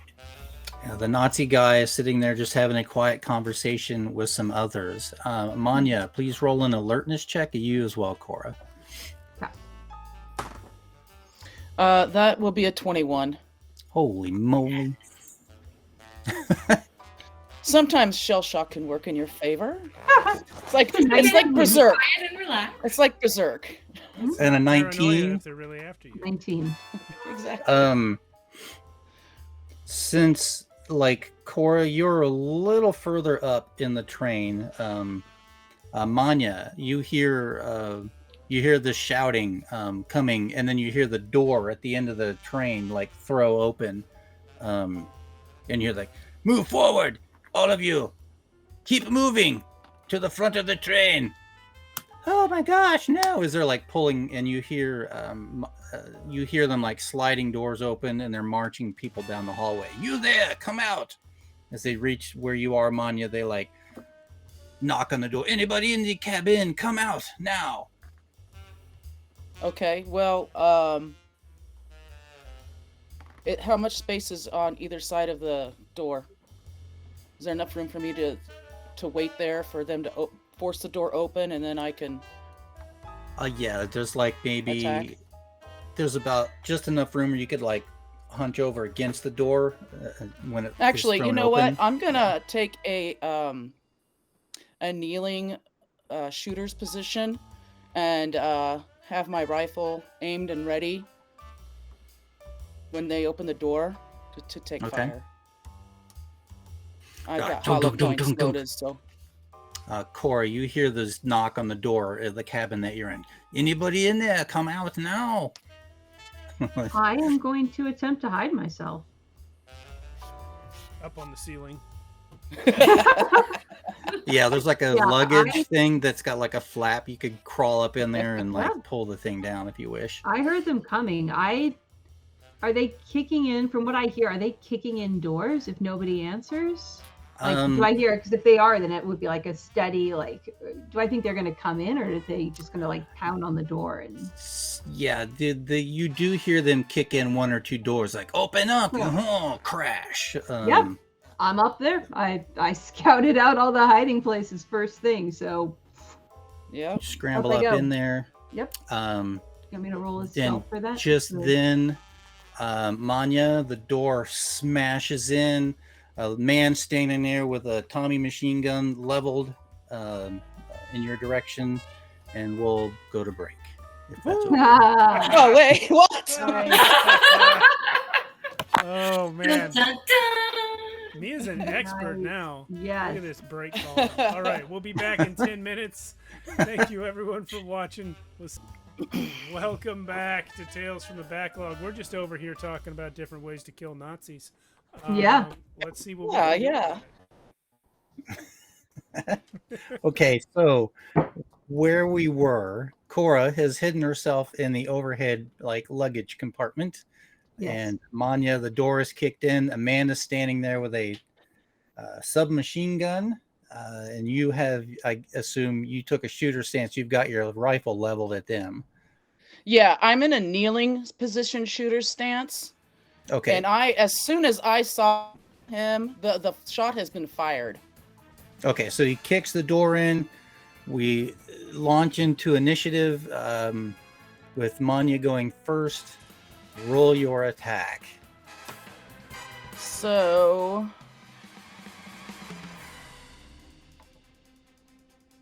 12? That's a dex, 12. right? For shooting? Uh, Or do I just roll attack? just your attack bonus. Yeah. Oh, okay.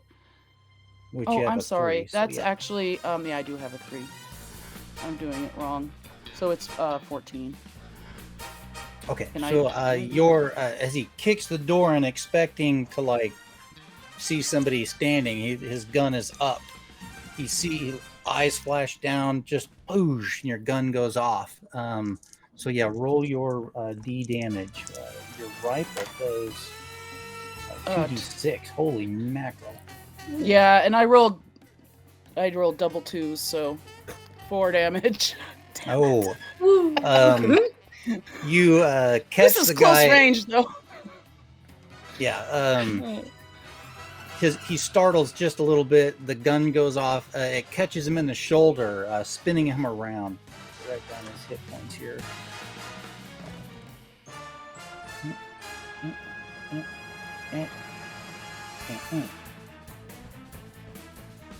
Taking 4. All right. He spins around. As he does that, he pops off a couple of shots accidentally because he was trying to hit you. Your gunshot spins him. He misses his compatriots in the hallway. Hey man, what are you doing? He shouts. One of his friends shouts. Oh, I was gonna say, what I mean, I'm shooting you. The person that has kicked in your door, Cora, comes in real quick. You, I don't know if you're peeking out. Maybe you got the little thing slid over yeah. a little bit. Mhm. He stomps into the room. He kicks the suitcase off of the stand that it's on and quickly shuffles through it with his feet and then turns to leave the room. Okay. You hear the gunshots, kablam! He kind of starts a little bit and turns to leave the room after the gunshots are fired. Quick question: how is this man dressed? Do I get a sense of what's happening here? Are we being robbed? Are we being taken over? What? He is wearing canvas pants, which would be the same thing as Levi's pants, and denim pants, and a black leather jacket, and he's got a black hood pulled over his head to conceal his face. Train robbers, or somebody who wishes to look like one. Okay. I will, for the moment, remain where I'm at until he's clear of the door, and then kind of shimmy down and get up behind this broken door. And remain hidden. Okay. He moves off down the hall. You hear him knock on the next door, kicks it in. You there? Come out! And as he's doing that, you're kind of you hear people pass. Oh my God! What do they want from us? As passengers are marched by, or they're hustling by now. 2 more guys converge on the room where you are, Manya, and they're just standing outside. They're standing Apollo where I can, and Amelia where I can roll see awareness them. checks. You can't see, like, you see like just the edge of like their shoulder. Because I was going to just say that I barely peeking probably around. moved. I probably am not just staying stationary. Probably Okay. moved to right inside the door at this point. Okay, position yourself with a little more cover. Right, Apollo yeah. and Amelia, Alertness 22. alertness 22. 13. Even over the rattle of the train, you hear the faint sound of pow. Apollo, you hear the gunshot. You're like, Rufus and I are running to the gunshots. it's like just audible. Yeah, We're headed that way. just barely hear that. Amelia, How you're far do like, we get? Apollo. Yeah. How far do we get? You're able to like get to the door, throw it open, and pass into the lounge car, where just as you throw that door open, the door at the far end throws open, and a bunch of people come rushing in with 2 gunmen behind them. Rufus, up! I'm going to have Rufus jump up on my shoulder, and I'm going to leap up onto the backs of the train car seats, crouch down, and run so I'm not blocking the aisle, and try to get to the other end. Oh, I wish I was in this car to see this. These are lounge. They're like Sir. lounge chairs, so they're like fancy, comfy chairs. So you could like run on the arms of these chairs. But That's give me fine. a dex. Give me a dex check just to confirm that you don't stumble and Okay. fall. Let's do it. Amelia, Apollo jumps up and runs off. What do you do then? I'm spending my I'm lucky staying roll at the on this. table to sort of remain a hidden member of the team for the moment. Okay. So I spent my lucky roll on that, which upped it to an 11. 3 dice, and that's the best I got. I was gonna say you make it about halfway down, and then one of them like slips under your foot. It's kind of you hear that wooden shriek on the carpet beneath it. Excuse me. Like, where am I going with that? You just unbalance and kind of like Does can, my background as a circus performer somehow help me with this? I would say you're able to not fall. You're able to like it squeaks and like slips your balance, and you kind of like drop into the center aisle, so as Fair not enough. to fall. Still holding the dog, though. That's what's important. And Amelia is waiting in the. Did you even tell her what's going on, Apollo, as you left? Just a quick. Or you just No, jumped I up and thought ran. I can't imagine anyone not hearing a gunshot, so I just ran. Okay. Yeah, it was very faint under the rumbling of the wheels of the So train. I've remained sitting where I can listen to the Nazi conversation and watch the man with the briefcase wait for his Poirot-like associate to return and see what happens. Yeah, they all Somebody's kinda gotta like- stay on these two. Kind of watch Apollo stomp by, like, oh, wonder what is he eating that man? What is up with him? Stomach problems. Cora, you are there hidden. Manya, Yeah. you were there. We kind of come back to you, Cora. You were Yes. still- So can I? I assume that I can see that this is the shots are coming from from Manya's sleeper car. Yeah, you and heard it. You're out. Okay. Yeah. Let's mhm. see the guards gathering outside. How many people can I see gathering in the hallway? The others have pushed forward. You see, if you kind of like glance around the corner to get a good look, I'll need a quick stealth check to not be Yeah, spotted. absolutely. You do easily see them going up the aisle. There are, you see at least 2 men pressing forward with the passengers. 2 people hidden, like standing just outside the room where Manya is, and Yeah, it's a nat 20 on that stealth check. I'm And, sorry, can you repeat that? I was trying to find the dice roll. no, that's okay. You see the passengers that they have marched forward. They're out of the car, but there is now, with a quick glance, you see the 2 men just outside your cabin where Manya is, one man at the back of the car guarding the door to the luggage compartment, which is the last car on the train. And he's just kind of like standing there, again, just kind of keeping guard. And those two are pressed up against the door, and they're kind of like, you see them like look at each other, kind of like who's going first. Neither one of them wants to go around the corner. And that's what you get. The rest of them are flooding into the lounge car where Apollo now is with the inspector and the gambler guy and Dr. Flynn. I will go ahead and gotta back up my new friend here.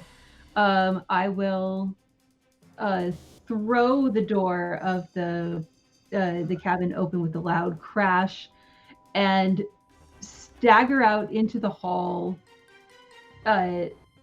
screaming bloody murder,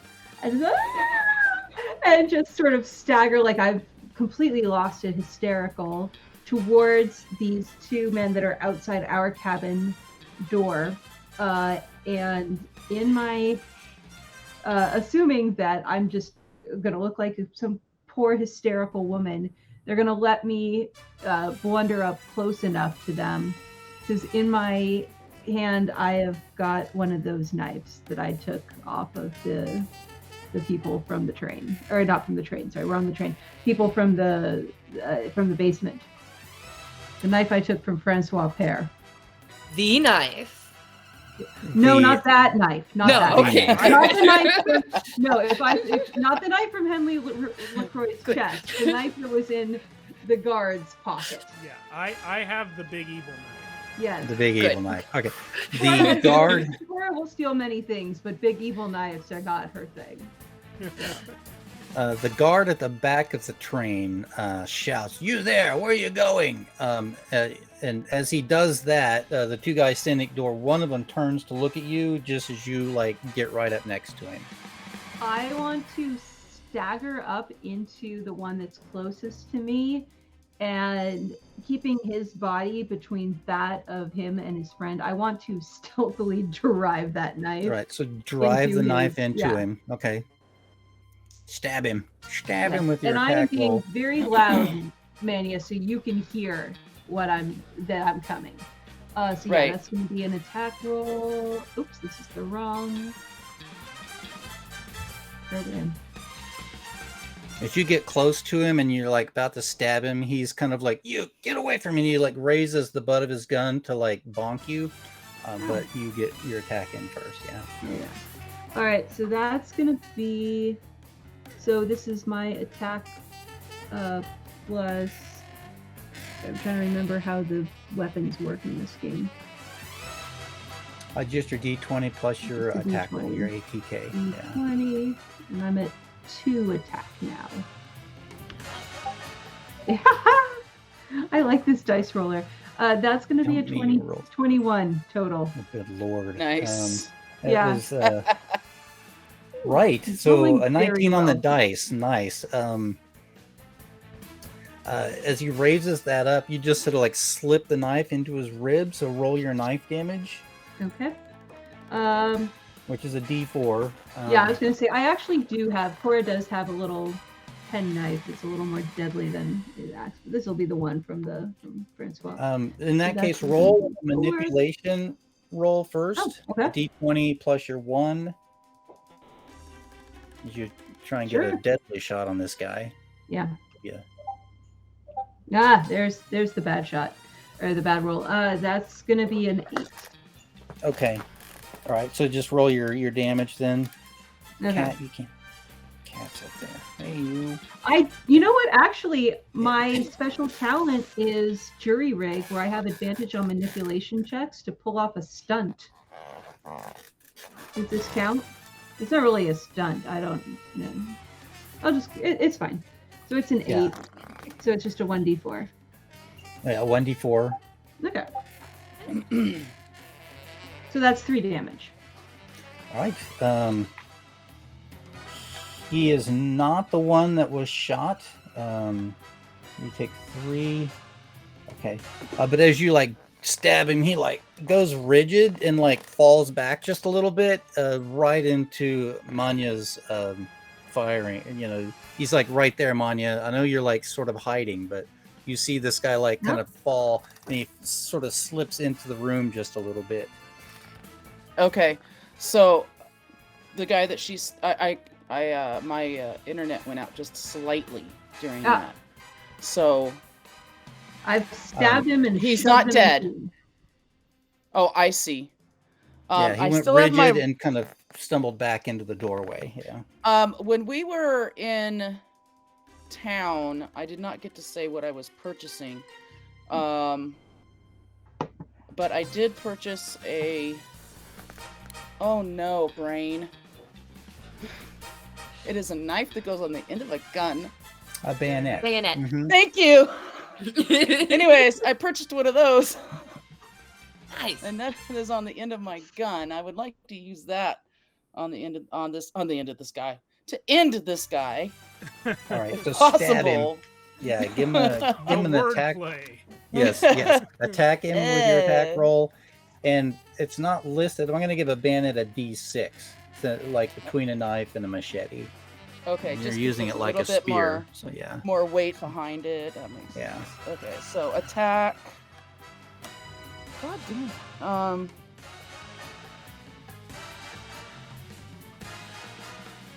11 for attack. That is enough to get him. Just enough to get him. Okay. And a die 6, right? 1d6, yeah. 5. That, yes. If you would like, you can describe your killing blow if that's the sort of thing you like to do. Oh. Yes, Manya would love to do that. I stabbed that right into his head. Just. Oh, nice. Temple. She's As he not like quite, flops she's, around the door. she's not quite down from her shell shock. She's seeing Nazis everywhere. Just lances them right up through the neck and into the head. Yeah. Yeah. As he hangs there for a moment on the end of your bayonet, you know, you're gonna have to like either give him a push or a kick to get him off of that. Yeah, I'll Cora, do that. you And I'll see, say, yeah, I'll say yeah. that's for Rosa and kick him off. From your perspective, Cora, you see this like knife just lance his head and just like this a little spurt of blood come out, and he slumps heavy on the bayonet and then is dropped. The other guy, startled, spins around and just sprays the hallway with bullets. Oh no. Oh, that's not good. Okay. I'm not in the hallway. Yeah. Is there an evasion roll? There is not. What is your defense? You got a 10 defense. Maybe she stumbled in because. No, it's I got my move in. I'll take my I'll take my lumps. All right. Again, he's like rounding and he goes ta ta ta ta ta, and he fires, and it's got a fire rate of 2. So the first shot is going to hit you, Cora, with the roll I rolled. Okay. And the second shot, what is your defense? 10. Okay.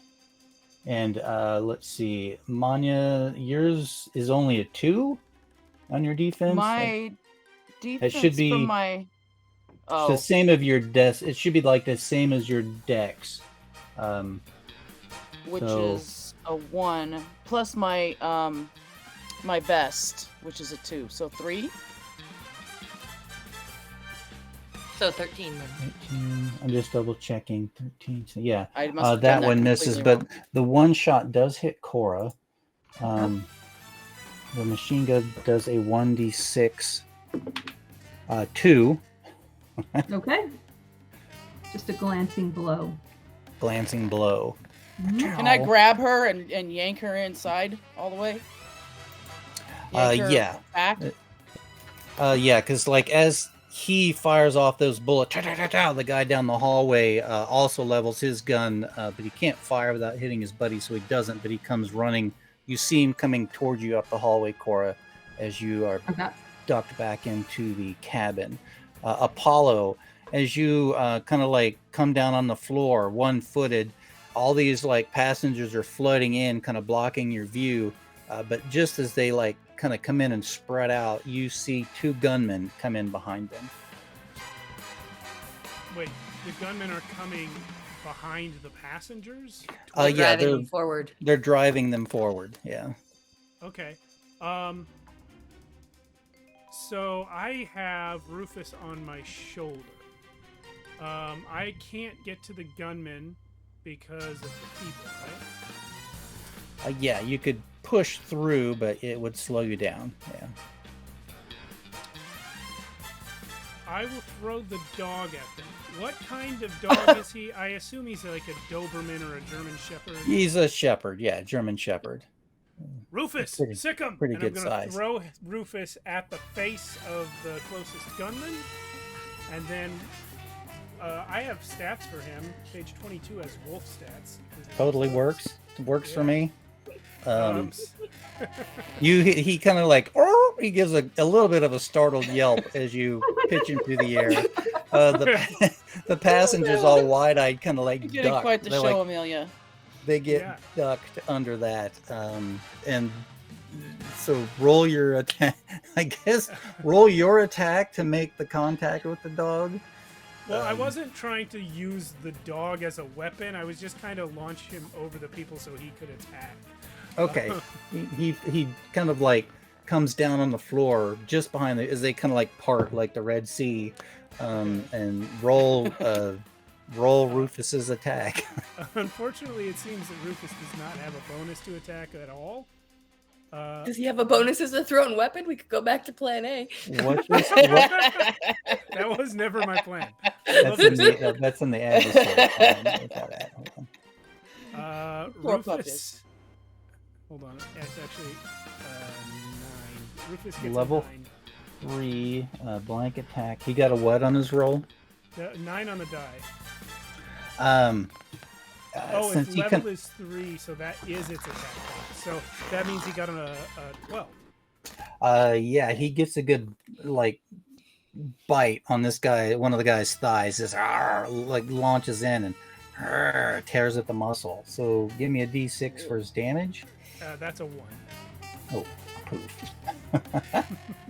Dang. From Okay, he Rufus. did something, and once he's out of my arms, I will draw my own pistol, which will hopefully clear out the crowd. Yeah, they've all kind of ducked out of the way and have dropped onto the floor. That first guy looks down at Rufus and he's like, and he goes to like hit Rufus with the butt end of his gun. Oh, don't you better not, my guy. You're gonna die either way, but it's gonna be a lot worse for you if you hit the dog. He's got a 12 defense. Oh, yeah. Butt end of a rifle's a d4. So 2 hit points off of our level 4 wolf, which would, I guess, give him like, what, 12 hit points? Huh. Let's see. I'll figure that out. He's -2 from Rufus whatever has it as is. many as I do. Yeah. You can move on. I imagine that's my whole turn there. Actually, if I haven't actually moved yet, so if the crowd has parted enough, I will rush into melee range. Okay. Get up nice and close. The guy's like trying to deal with Rufus. The other guy brings his gun up, but you get close enough to crowd him and kind of like, I guess, would like elbow his gun aside, and his bullets shoot through the wall of the train and bust out some glass. Okay. I found the HP rule for monsters and wolves. It's 1d8 per their level. I rolled Holy 2 moly. 8s and a 7. Holy crap. Wow. So Rufus had 23 hit points. He's down to 21. Oh my gracious. So Rufus Okay. currently still has more hit points than I do. Yes, he's been hit. Yeah. He's got more than me, too. Yeah, more Got than- more than me, too. We have As- tweaked this game so the dog will survive. He will As it should survive. be. Yeah. In the commotion, the gamblers have leaped up and have dashed into the dining car where you are, Amelia, with some others, and are like, we're being robbed.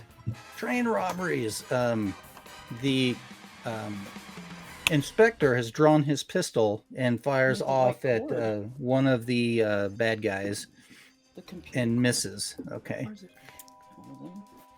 Which brings us back to, we'll come back to Cora. Okay. And then again, Cora, Manya, Amelia, and then we'll just keep anyway. All right. And you said, because you fired 2 shots at me, 1 hit, 1 missed, right? That is correct, yeah. I will just take a second to reach into my jacket pocket and pull out where that second one missed me, and the bullet is sunk into that bar of gold that I had in my pocket. Okay. And I'll say, Good bit of flavor. Thank you for that. I was lucky. Nice. And I'm going to draw my I almost said light pistol, but that's the other game. My revolver that I carry. And from the floor where Manya has pulled me and I've just let myself Yeah, I go wasn't down. gentle. The goal no, was to I get you out of the way. Yeah. I want to roll over. I'm staying down on the floor where there's less shot. And I'm just going to fire up twice at the remaining person who was at the doorway, who I hope is feeling a little off because he's just been firing wildly and has got his dead buddy next to him. So I'll go ahead and fire twice. Oh no. Yeah, because he kind of like turned, fired, and he's like right there in the doorway, preparing to fire again. All right. Yep. So that's gonna be too many screens. Yep. You now know the target is 11. So yes. So that's gonna be. Pete's sake, sorry. Cat walked across the keyboard. Okay. So I'll just roll both shots at once. And adding the attack bonus of 2. So that's gonna do I get anything else other than my attack bonus? Not in this situation. Okay. Unless we're gonna say we can add our instinct bonus to that, since it's a deadly encounter, so to speak. Yes. Okay. Well then, to both of them or just one? I keep forgetting about that. So yeah, you get to add your instinct. Okay. So I will add my instinct, and that will get me 1 shot off, because that'll be instinct plus attack is +5, so that'll be a 12 and a 9. All right, so a single shot hits for a D4. Yep. Drop that 4. That's 3 damage. Oh, all right. It's enough to wound him, and he kind of slumps to the floor. He's like, oh! There's blood oozing out of him, but he's still breathing. He's got his gun resting on his lap, and he kind of starts to bring it up to shoot it. Manya's turn. I'll try to figure out where I'm standing here. So this guy is slumped over, but bringing up the gun, right? Yeah, he's like fell back against the wall across from your cabin and it slid to the floor on his butt. Like a blood trail. Okay, I would like to. I don't know if I do that, then I'm gonna be in range for the other guy. That's okay. I'm gonna step over the dead guy and try to kick the slumped fella's gun out of his hand, and then get him with the bayonet. Okay, easy enough to like just step up and kick the gun as you move, and then stab him. Yeah, I don't. Is that all right? Or is that Yeah, too much? totally fine. Yeah. Okay. Can do that all in one step, kick, stab. As you step out there and stab him, and your eyes kind of look up, and you see the other guy at the end of the hall with a gun leveled at you. Right. What would you like me to roll for those? Yeah, just your attack bonus, just your attack for the stab. You kick Okay. the gun out of his hand. Just Oh, right, I see. that. Okay. And he's prone, so you Okay, get that's advantage nice. on your attack. So that's an 18 yeah, easy for enough. the hit, and then a 1d6 to stab him. Yep. That's just another don't 5. Just don't roll a less than a 1. That's a 5. Okay, so again with the killing shot there, Manya. I'll just stick that right. I don't know. I'm sure his head is the closest to me, so that's what the bayonet's going through. Shunk. Lovely sound. Then I will position myself again in a crouched position. I don't want to be like giving center mass position to the okay, heavy so you shooter kind of like there. duck away from this guy. Yeah. Oof, that's a solid miss. That is a solid miss. So as he like levels his gun, and these things aren't like the most accurate, and you kind of duck. The bullets kind of tink tink tink bust some wood out of the train walls. We come around to Amelia. So now that I'm aware that we're being robbed because people have entered the car and told me, I'm going to look at the briefcased man because I know he was sitting with the inspector and say, "Your inspector had police friends in the other car. You should run for them and fetch them. We're being robbed." And I'm going to head for the door Apollo went to and pull my revolver and see if I can either from the doorway get somebody or through the window line up with one of the people at the far end of the train, since all of the passengers have hit the deck. There is in front of you, most of the passengers have like dropped. The inspector is like standing right in the center with his gun. The two gunmen, one is like too crowded close to Apollo to hit, while the other has a dog latched to his leg just to the side. If you shimmy over just a little bit, you can get a shot off on the guy that Rufus has a hold of. Yes, I'll do that, and I'll definitely aim up so that if I miss, I aim not to hit the dog with the shot. Splat. Yeah. And 13 again. Lucky number of the night. and your damage? I have a revolver, D8. Apollo is got this guy pressed against the wall. He can't get his gun brought up. And you see a bullet. Would you roll for damage? I rolled 8. I got max damage. Oh, good Nice. Lord. She got the hog leg gun. That's right. You got the I picked up the 45 revolver. Yeah. Here's this little Oh, librarian. And I lined it up in the She has shaking no car, waited little for the library. So a big old yeah, 45 and a you're after killing calmly blow. asking someone to go fetch the gentleman from the other vehicle. Yes.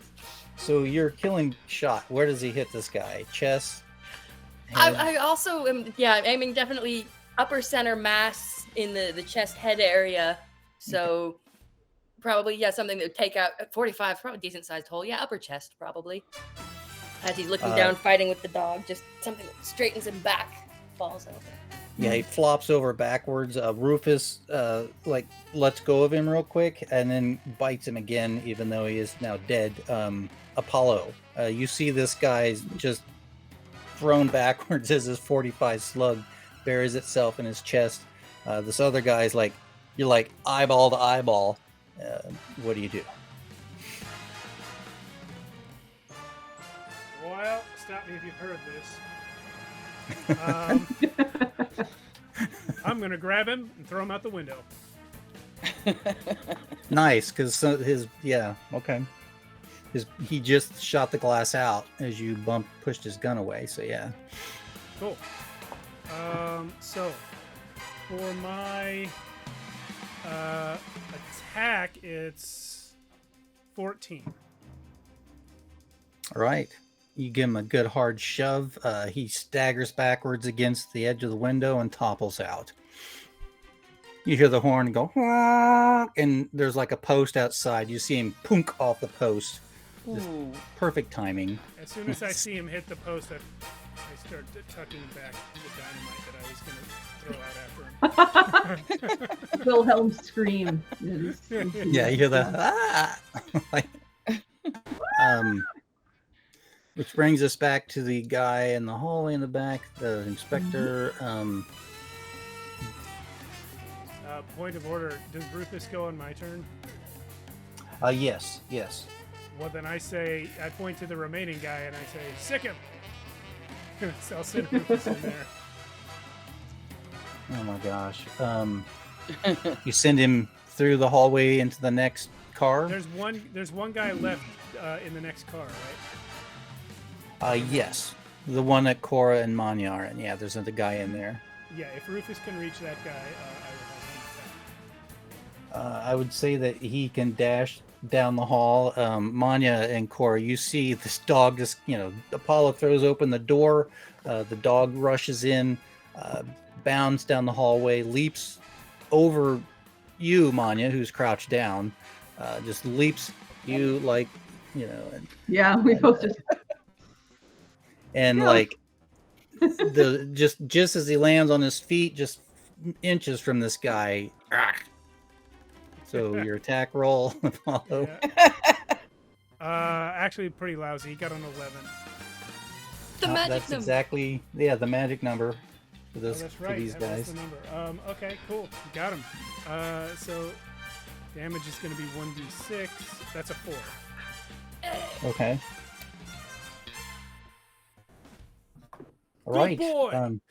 Yeah, he latches onto this guy. I'm going to say he jumps, and as he hits the ground, he kind of rumbles forward and leaps a little bit again and grabs the guy's arm that's holding the gun, and rips in. Now the guy's only got one hand holding that machine gun. Cora. Yep. It is now Cora's turn. Yes. Okay, so Rufus is engaged with the last remaining person on their feet, correct? Yes, that you can see. Mm-hmm. Okay, and how far away is he from Manya and I, where we are in the cabin doorway? Like 30 feet, maybe. Okay. Roughly? Well, I've been shot once today, and that's kind of enough for me. I will, as a free action, I'll look to Manya and. Can I toss her my first aid kit? Oh, that'd be great. Thank you. Yeah, absolutely. You can do that. And then she could Take that. use her action to use it. Yeah, I'll do that. But yes, Cora looks out the hall and thinks about it a second. So I'm going to hold my action until I'm not going to go first. We'll put it that way. Cora's going to be a little selfish. But I'm going to hold my action until somebody else engages, and then I'm going to go back them up. Okay. Then that will At be. that point, yeah. At that point, I'll emerge and shoot. Yeah. So I again, don't need follow- to do the first. I'll take the first aid kit, but I won't. I'll just hold my action for right now. Okay. So Manya, you see Rufus has got a hold of this guy's arm. He's like shaking him, like trying to shake the dog off. Your turn. Yes. Okay. Does it look like Rufus is blocking this guy's chest area at all? I don't want to shoot the dog now. He's kind of like. Manya's impressed bent- at this point. He's kinda like- He's- Rufus has He's brass kinda- cojones. Yeah. He's the figure's like bent slightly like this with his arm down, so his upper body is still up as he's trying to like yank and pull his arm away from the. Oh, get off me, dog! And He's how got a leather far- jacket on that's semi-protecting him, but yeah. Oh, and I can't really move 30 feet, can I? Or can I? That's like your base movement. Mm-hmm. Is it? Because that's 10 something I yards. didn't. Yeah. 10 yards. 10 Oh, yards. okay. It's in Everyone's yards, like right? 10 Yeah. yards. Oh, okay. Okay. I was doing the same thing you were. Feet, So- yards. I was like, why can I only move 10 feet? What? Okay. Then I'm gonna. I don't want to hurt the dog, so I'm gonna charge. Kind of as long as. Yeah, easy As enough. long Yeah, as the the- dog. as long as I can. I don't know. There's civilians. I don't know where the civilians are, but I'd like there to are none charge the left in guy. your car. Yeah. Hmm. They're not in the way. Yeah, no more civilians. You guys were the last two. Okay, so I'd just like to charge him and stab him again with my bayonet. All right.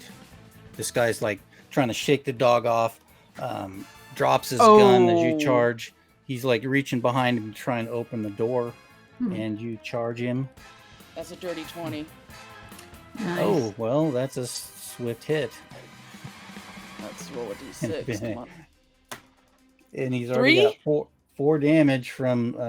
All right. Like the other guy, he takes the shot. I mean, like maybe you stab him in the chest or wherever. Yeah. He's trying to reach back and open that door, but you press him up against the door, trapping his arm behind him. His gun is lying on the floor, and he slides down to the ground. And with that, like Rufus just gnaws on him as he is. Is he still alive? Mostly dead, but not Mostly quite dead. Okay. Well, I'm in still that gonna case- scream. I'm still gonna scream. That's for Mother Russia. All right, and I'll move out of somebody's way so they can take their shot. I'm not gonna stay in the way. I'm a soldier. I know not to stay in the way. Cora still holding. At this point, I will go ahead and follow Manya down the corridor, and just knife first, drive into this guy, under your arm. So I'm staying kind of in partial cover. You took like, use me as cover. I hate getting shot. Okay. And yes, I know how to. He's fine. prone. Convenient. You got advantage, so yeah, I doubt you'll miss. Okay. Okay. Do you want me? Okay. I'll roll for advantage. Unless, unforeseen circumstances. Oh yeah, that's a nat 20 on my higher roll. Nice. Oh, yeah. So you finish this guy off with this one hit point remaining. Just coup de grace. As you're there, Cora and Manya roll an awareness check. Paulo, you just see Manya and Cora like take this guy out. Rufus has still got his teeth shaking at this guy's limp arm at the moment. I rolled a 11. 17. I rolled an 11. 17. Manya, as you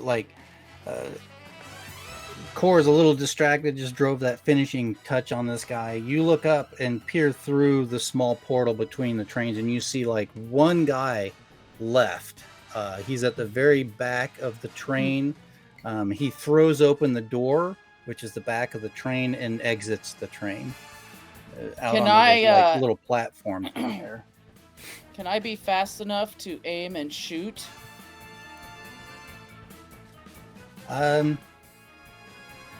I'll give you that opportunity.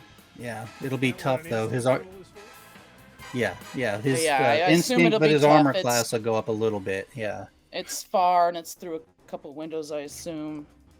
But it's like 200 yards or actually more than that.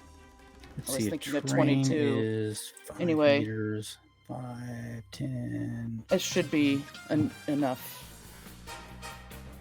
Yeah, the train cars are 20 meters I have to- long. Okay, and that is a 17. Wait, yeah.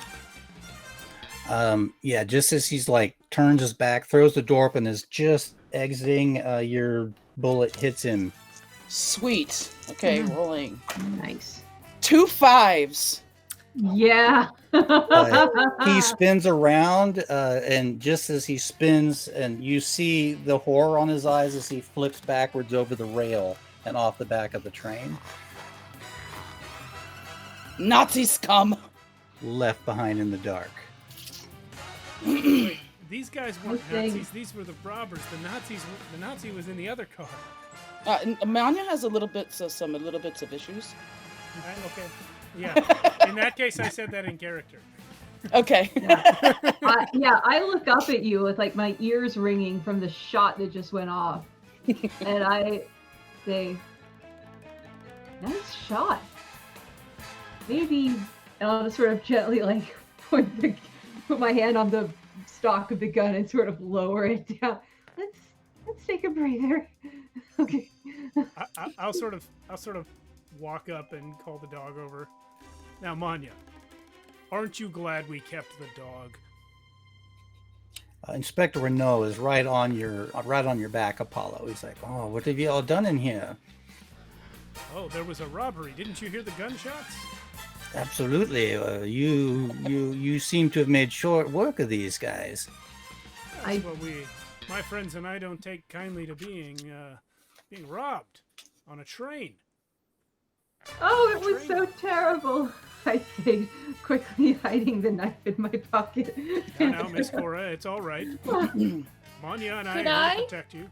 Could I follow in behind the inspector and use my ability contacts to trade one of my adventure points to be a friend of the inspector? Have him be someone I know. Yeah, why not? That's a thing you can do. Inspector Renault, what a pleasure to see you here under such circumstances, though. And you've met my friends. Oh, good. Yo, you all did such marvelous work in here, too, I see. He squints at you just a little bit. He's like, Amelia, yes. What are you doing here? The last I saw, I was at Cambridge, taking some instruction on forensic science.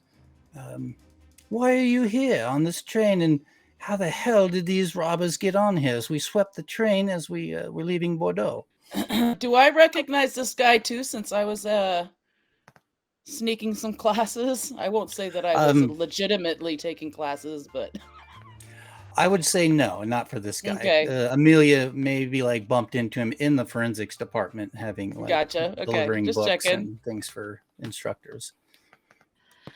I've decided to do some field work. I've heard there are some digs happening in the Mediterranean, and I'm on my way there. But I had no idea that, you swept the train. Is there something dangerous on board? There have been robberies. We were not sure how they were boarding the train, and still do not know. We should probably. Please excuse me. I must go have a look. And he moves to push past you guys to go to the back. It's a very small world bumping into you, Miss Bennett.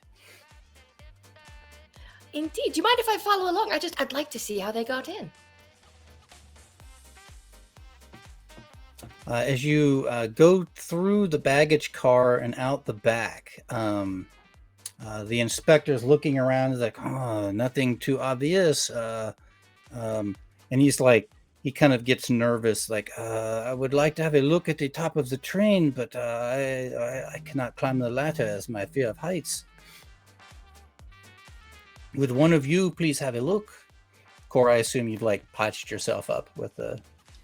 Sure, yeah, I can all go this ahead time. and take, the first aid kit. And so it is, do I roll 1d4 for that? does it just have one use or what? Yeah. I don't know. Yeah, go ahead and roll the for that 1d4. Okay. Just trying to look at the equipment on that. Yeah. Can I that's have one of fine. those Tommy guns? Pat yourself. Oh yeah, Yeah. snatch up. There are one has gone, 2 have gone out the door, so there are 6 Tommy guns. Each person was packing a Tommy gun. I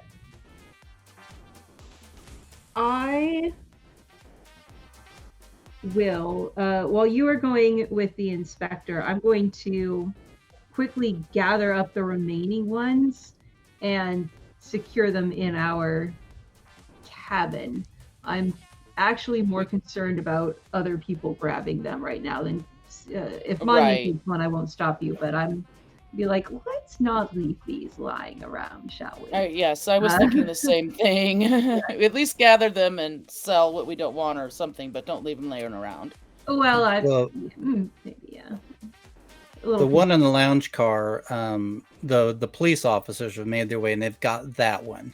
You're able to Okay. stash the others Yeah, I'm and not the police trying have come in. Yeah, sorry. Go ahead. Oh, I'm sorry. Yeah, I'm not trying to keep them from the police. The police are collecting them. That's fine. I just don't want them flying about. Yeah, two but yeah, uniformed one- officers come into the car. Oh, I see you have gathered up the weapons. Please turn them over. I will flutter and panic at them loudly so Manya can slip one Tommy gun away, and they don't just- notice that it's. Let's tuck that. Yeah, just under your jacket. Stash it I somewhere. will mutter to you. The luggage rack is good for hiding things. So. Got it. So yeah, All so right, I so- will loudly distract the police officers with stories about one of them. They fell right out the door, taking the gun with them. It was terrible. I didn't count how many there were, and just making a lot of noise. It's easy enough for Manya to stash one. Apollo and Amelia, did you both go back with the inspector through the luggage car? No, I didn't hear him ask me to do that. I would head back when he asked to the for- dining car. When he asked for Okay, someone so- to climb on the roof, I was going to go looking for Apollo because he's the most physical of us. He was going to be the person I was going to ask to climb up. I Apollo mean- is sorry, Yeah, I'm right there. vacated. He went. Yeah. Well, I Your hadn't choice. vacated at that time. I didn't know. I thought Amelia. I thought you had volunteered to go on the roof. I only was following him into the next car, and as we got into the next car, he said, I'd like to go up. Okay. Yeah. So I will go on the roof if you ask me that. Yeah. You seem to have a better eye for things than I do. I mean, I didn't even know we were being robbed until it was almost over. Well, that's weird. They were literally shooting guns inside a train. But okay, I'm gonna go up. Yeah, as you like climb your way up there, Apollo, you see that there are these odd like aircraft, what we call an autogyro, which is like a plane wings with a helicopter When you blade use on a top. Bicycle pedals to make it go. Yeah, or in this case, they've got like gas motors. But there are The fiends. 4 of them that are attached to the top of the train car somehow. Let's make that 3. Yeah, as you do that, it's really hard. You realize that the landing gear are magnets that are latched onto the roof. Well, there must be a way to disable them, so I will look for a switch, assuming they are electromagnets. Flip that switch, and it just the wind catches it and tosses it off for you. Yeah. Hey guys, do we want a tiny weird plane? I can get Yes. 3 of them. Only I 3? would say I'm probably. 2 cars away. I fish out my rope and feed one end up to you. Tie this round one, and we'll see when it lets go if we can reel it in. It's what? The last one you let go, and it went flying. If we tie one off when you let go, it won't. I think it's gone. Well, why do I just not let it go? I think it's gone. There's The 3 more. inspector has something to say about that. He's like, "Oh, do not destroy any evidence, please." Well, yeah, okay. It was an accident. I accidentally knocked one off, but the others are up here. Oh, well, thank you, sir. When we reach Taulios, Toulouse, Toulouse. Yeah, Taos, New Mexico. When we reach Toulouse, we will have them removed from the train. Thank you so much for your help. Yeah, there's auto gyros up here. Anyway, I'm gonna go beat up that Nazi in the dining car. I'll be right behind you. Thanks, Manya. Next to you. I'll be next Like, to you. oh, when you get to the dining car, he is sitting there with his Companion. his companion. Thank you. It's like, they kind of shut down. And they look. Do you come in and do anything intimidating, Apollo, or just stand over them in a threatening We way? will let you decide if it's intimidating. I'm gonna walk up uninvited and take a seat at their table. Okay. I'm gonna stand there like I'm his bodyguard. Yeah, and Rufus as well. So the Yes, three of us. yes. The inspector and police are back in the. They're questioning people. They're trying to escort anyone that got driven forward from the sleeper cars to get back to their rooms. You sit across from this man again with a big bushy mustache, his gray hair pressed back. He has now got like his jacket open and off, and his little Nazi pin there on his lapel. Sir, what do you want, sir? I noticed your pen earlier. I'm wondering if you are a German man. Yes. Retired Captain Wilhelm Hastings. Yes. My nostrils start to flare. Just saying. I wonder if you would share your thoughts with me on the Treaty of Versailles. You see, they sore subject to speak of, sir. I imagine it would be with a pin on like that. We are slowly rebuilding ourselves. Unfortunately, the treaty, what's the best word for it? Kneecapped us. It has taken a great deal to return to our industrialized selves. I'm from America. And in America, we have these things called newspapers. I seem to recall reading a few months ago about how your Hitler decided to abandon the Treaty of Versailles. You guys are arming again, and that makes me wonder what a man with Hitler's logo on is doing on this train in France. A train that happened to get robbed just now.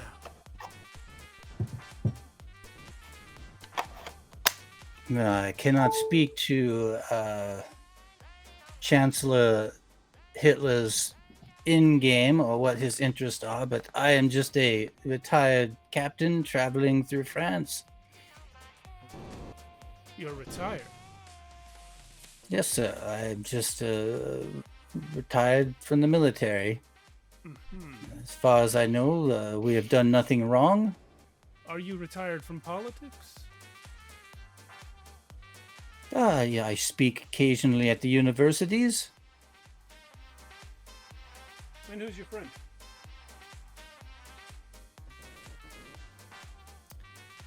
This is Benjamin Saint Juan.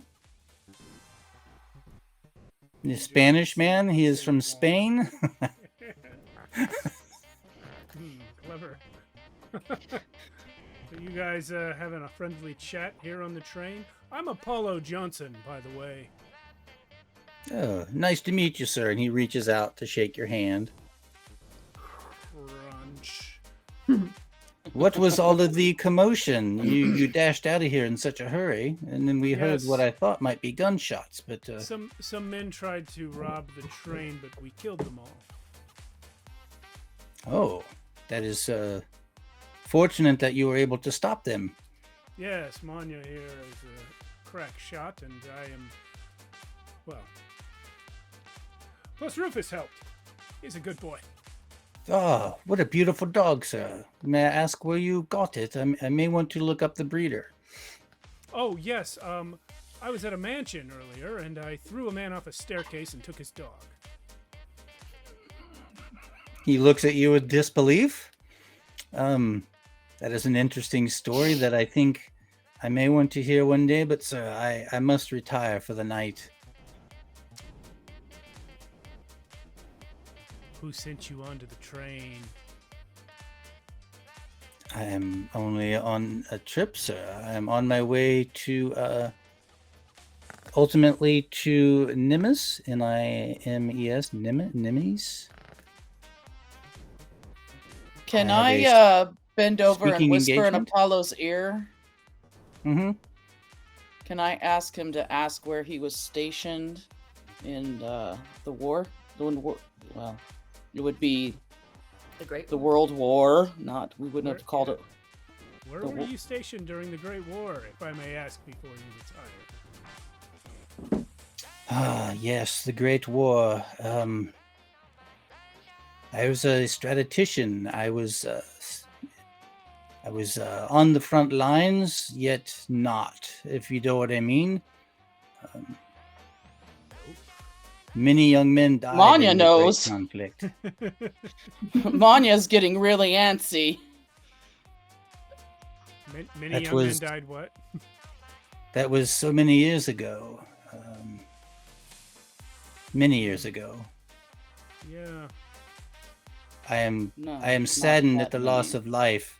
No, Did we feel not curtail and take a knee at the Treaty of Versailles? Is it not time for us to rise again? To be an industrial powerhouse in the world, for we have great engineering and some of the best scientists. I don't like playing a Nazi. I don't like interrogating a Nazi. I'd rather just kill him. But he hasn't really given me an excuse, so I'm gonna Manya let him doesn't go. like to kill in cold blood, but also Manya doesn't like Nazis, so she's ready, but he hasn't done anything. I think I can see it. I'm gonna put a hand on Manya's shoulder, try and calm him down. I can't. I was hoping he'd give me something, but he didn't. So I gotta let him go to bed.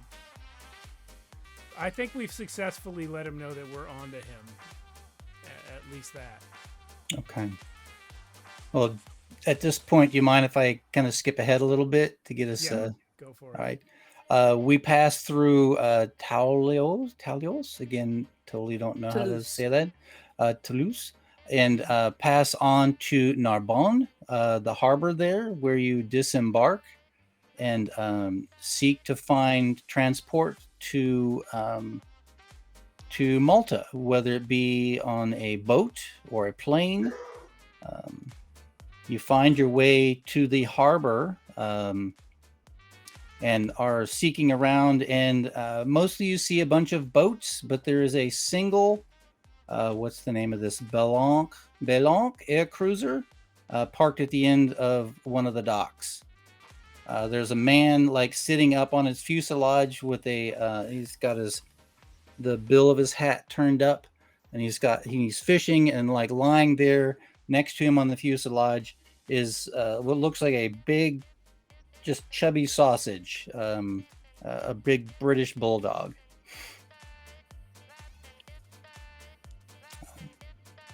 And that is the airplane. If you want to hire the plane or take a boat, it is your choice.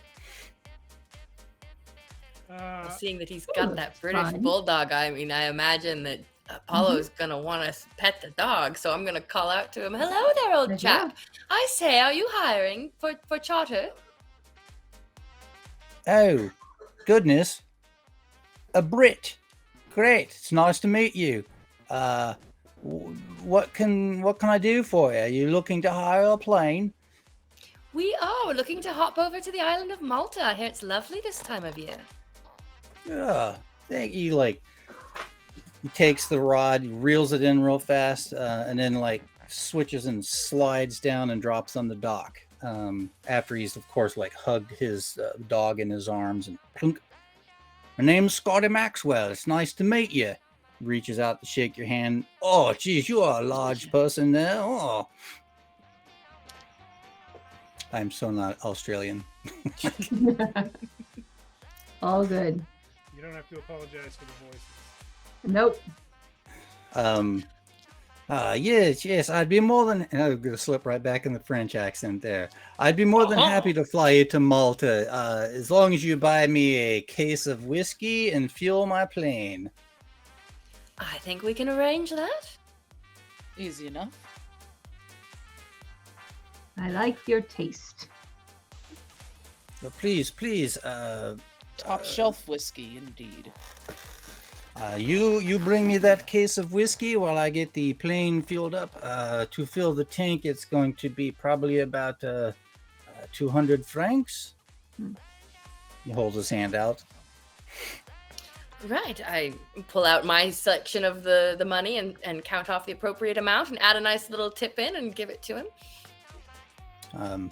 Beefsteak is down on the ground. He's like, walks over to Rufus and gives him a sniff. Like, all right, thank you very much. You go get that whiskey. The plane will be ready to fly once you return. I give him a little salute, and I'll head off into town to do the shopping. Or is it a town? Is there a station? Is there? It's a pretty substantial town. This is the little harbor area. It's okay. So can I ask a question about the first aid kit? How many uses does that have? Yes. Because I think I've used it twice. I would say 3, maybe. I know I'm not looking it up in the rules, but I'm just going to give it a 3 uses. Okay, I'm going to pick up another one then. Okay, grab a couple of more I'm first gonna aid pick kits. up a box of cigars. Anyways, I'm going to do some shopping.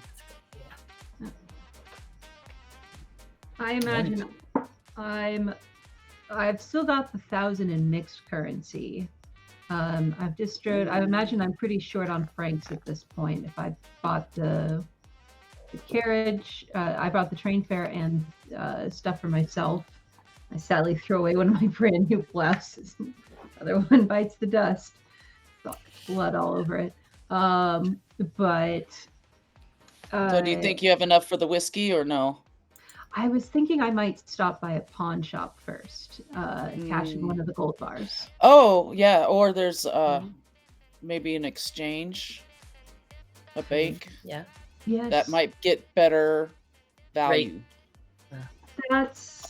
We might not want to go all in at once, though. Just one of us. Well, the bars you said were worth 35 apiece, right, Mia? Yes. Mm-hmm.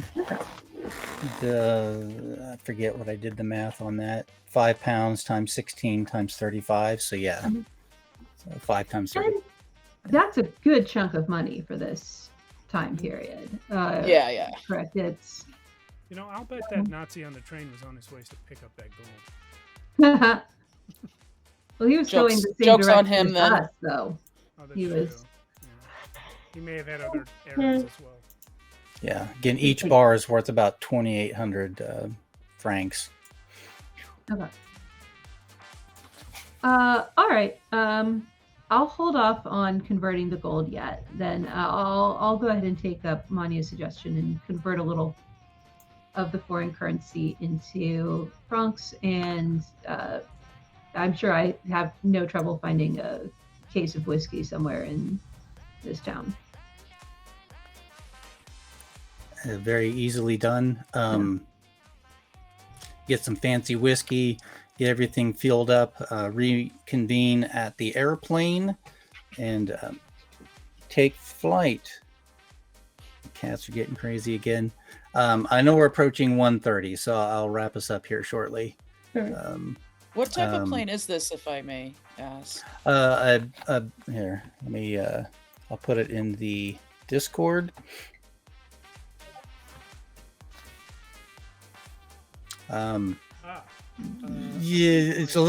It's a couple of years ahead of date because that plane comes out in like 34, so it'd be kind of odd that this guy would have one already, but yeah, we're slightly more high tech, so we could say the plane was built in 32 and this guy's got like a spare one.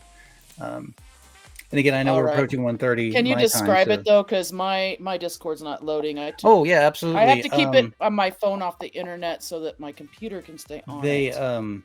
It's like a prop plane with pontoons. Yep.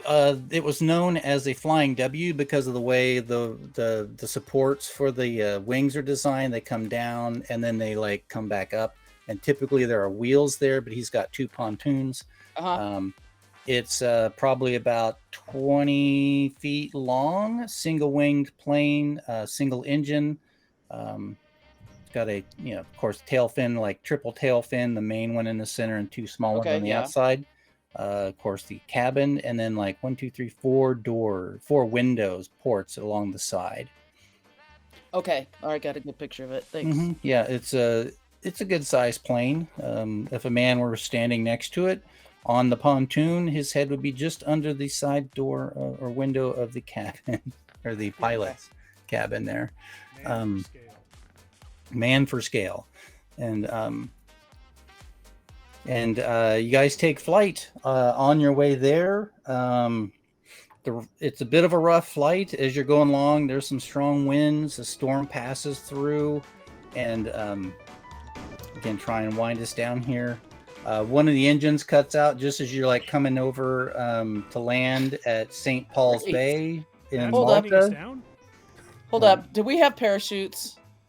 There are no parachutes on the plane. There's like two, one for the pilot and one for Oh, beach she's steak, gonna basically. kill I knew I should have grabbed that parachute from before. Damn it! Hold on, Rufus. But you are coming down, the plane's like, and then you hear this perk, and like smoke starts coming out of the engine. This single engine plane, he's like, oh, it always does that. And he brings it down and lands it Got your top safely. shelf whiskey too. And like he coasts really easy, like just barely coasts with enough speed to reach the bay. About 20-30 feet from a dock, and someone throws him a rope and pulls the plane in. And he's like, pleasure doing business with you, he says. If you ever need a plane here in the Mediterranean again, look me up. Nope, I can- not doing that. I'll Thanks be That was here. great Wow. racing, indeed. Yes, Very if next I- town, I'm buying a parachute. The next time I need a plane in the Mediterranean, I will definitely look you up. Yeah. Manya's seen too many men fall to their deaths from planes and wars. This Come not on. into that. Not into that at all. Not into that at all. No. Right, again, kind of moving forward. Again, I want to try and wrap us up here on It's time. Amelia has a contact in St. Paul that she can meet. She's well connected through the library. You go to meet a man named Carl Angus. He is the head of the Center for Recreational Violence on the island. Oh, indeed. I corresponded with him on some of the specifics of the weaponry of the time. Yes, he's got some excellent knowledge. Theoretical violence, then. And applied. He's Manya's like, interested. oh, Amelia, it's so nice to see you. What brings you to St. Paul and your friends? What may I do to Well- help? Well, you know that excavation that was, about 100 years ago now on the southern coast? I finally got permission to come out and do some field work. We're going to take a look at it. Oh, absolutely. Yes, we can take the car and we can drive. It's about 8 to 9 miles from here, maybe 10 if we have to take some side roads due to some of the goats and sheep that wander aimlessly across the island. But we should be there quickly. Are you in a hurry, or would you like to take in the sights of the city? Oh, I look excitedly at the others to see how much of a hurry they look in, because I'd kind of like to see the city.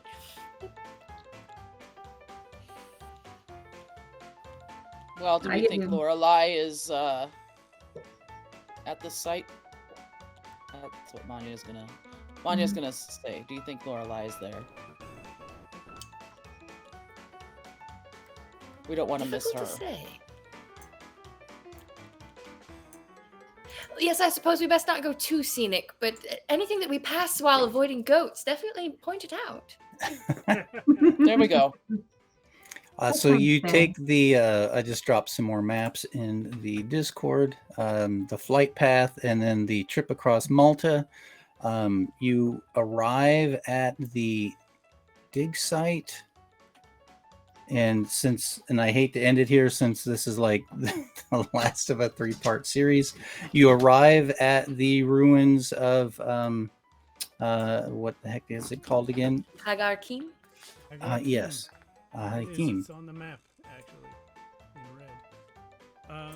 And as you like pull up to the area, there are like 5 or 6 men there to meet you. Carl had made a phone call across the island, and some of his compatriots / members of the Recreational Violence Society are there to assist. Marvelous. Okay. Don't you have Like- enough violence in real life? Hello, welcome. Hello. Hello. One of them steps forward. Is like, What are your intentions here at the dig? Well, at this point, really, we wanted to look to see anything involving the tears of the goddess, as far as anything that is in the either the carvings on the walls or in the artifacts you've found. Really, just we're looking to follow the path of the giants, as it were. Or has anybody Um, else been interested in this site besides us? I neglected to say that each of these people are wearing like ceremonial swords on their belts. Oh, dang. At the mention That's of the sort of goddess. important. Yeah, I apologize. Indeed. They're wearing what on their belts? I'm sorry, I think I missed that. They've got like ceremony. They've got swords, swords. whether they're Okay. ceremonial, decorative, or whatever. Yes. My apologies. As you mention the goddess tears, Carl, like he holds a hand up as all of his minions, friends start to draw their swords, and he like, stop, wait. Oh dear. And he pulls you aside real quick, Amelia, and is like, who are you? What organization do you serve?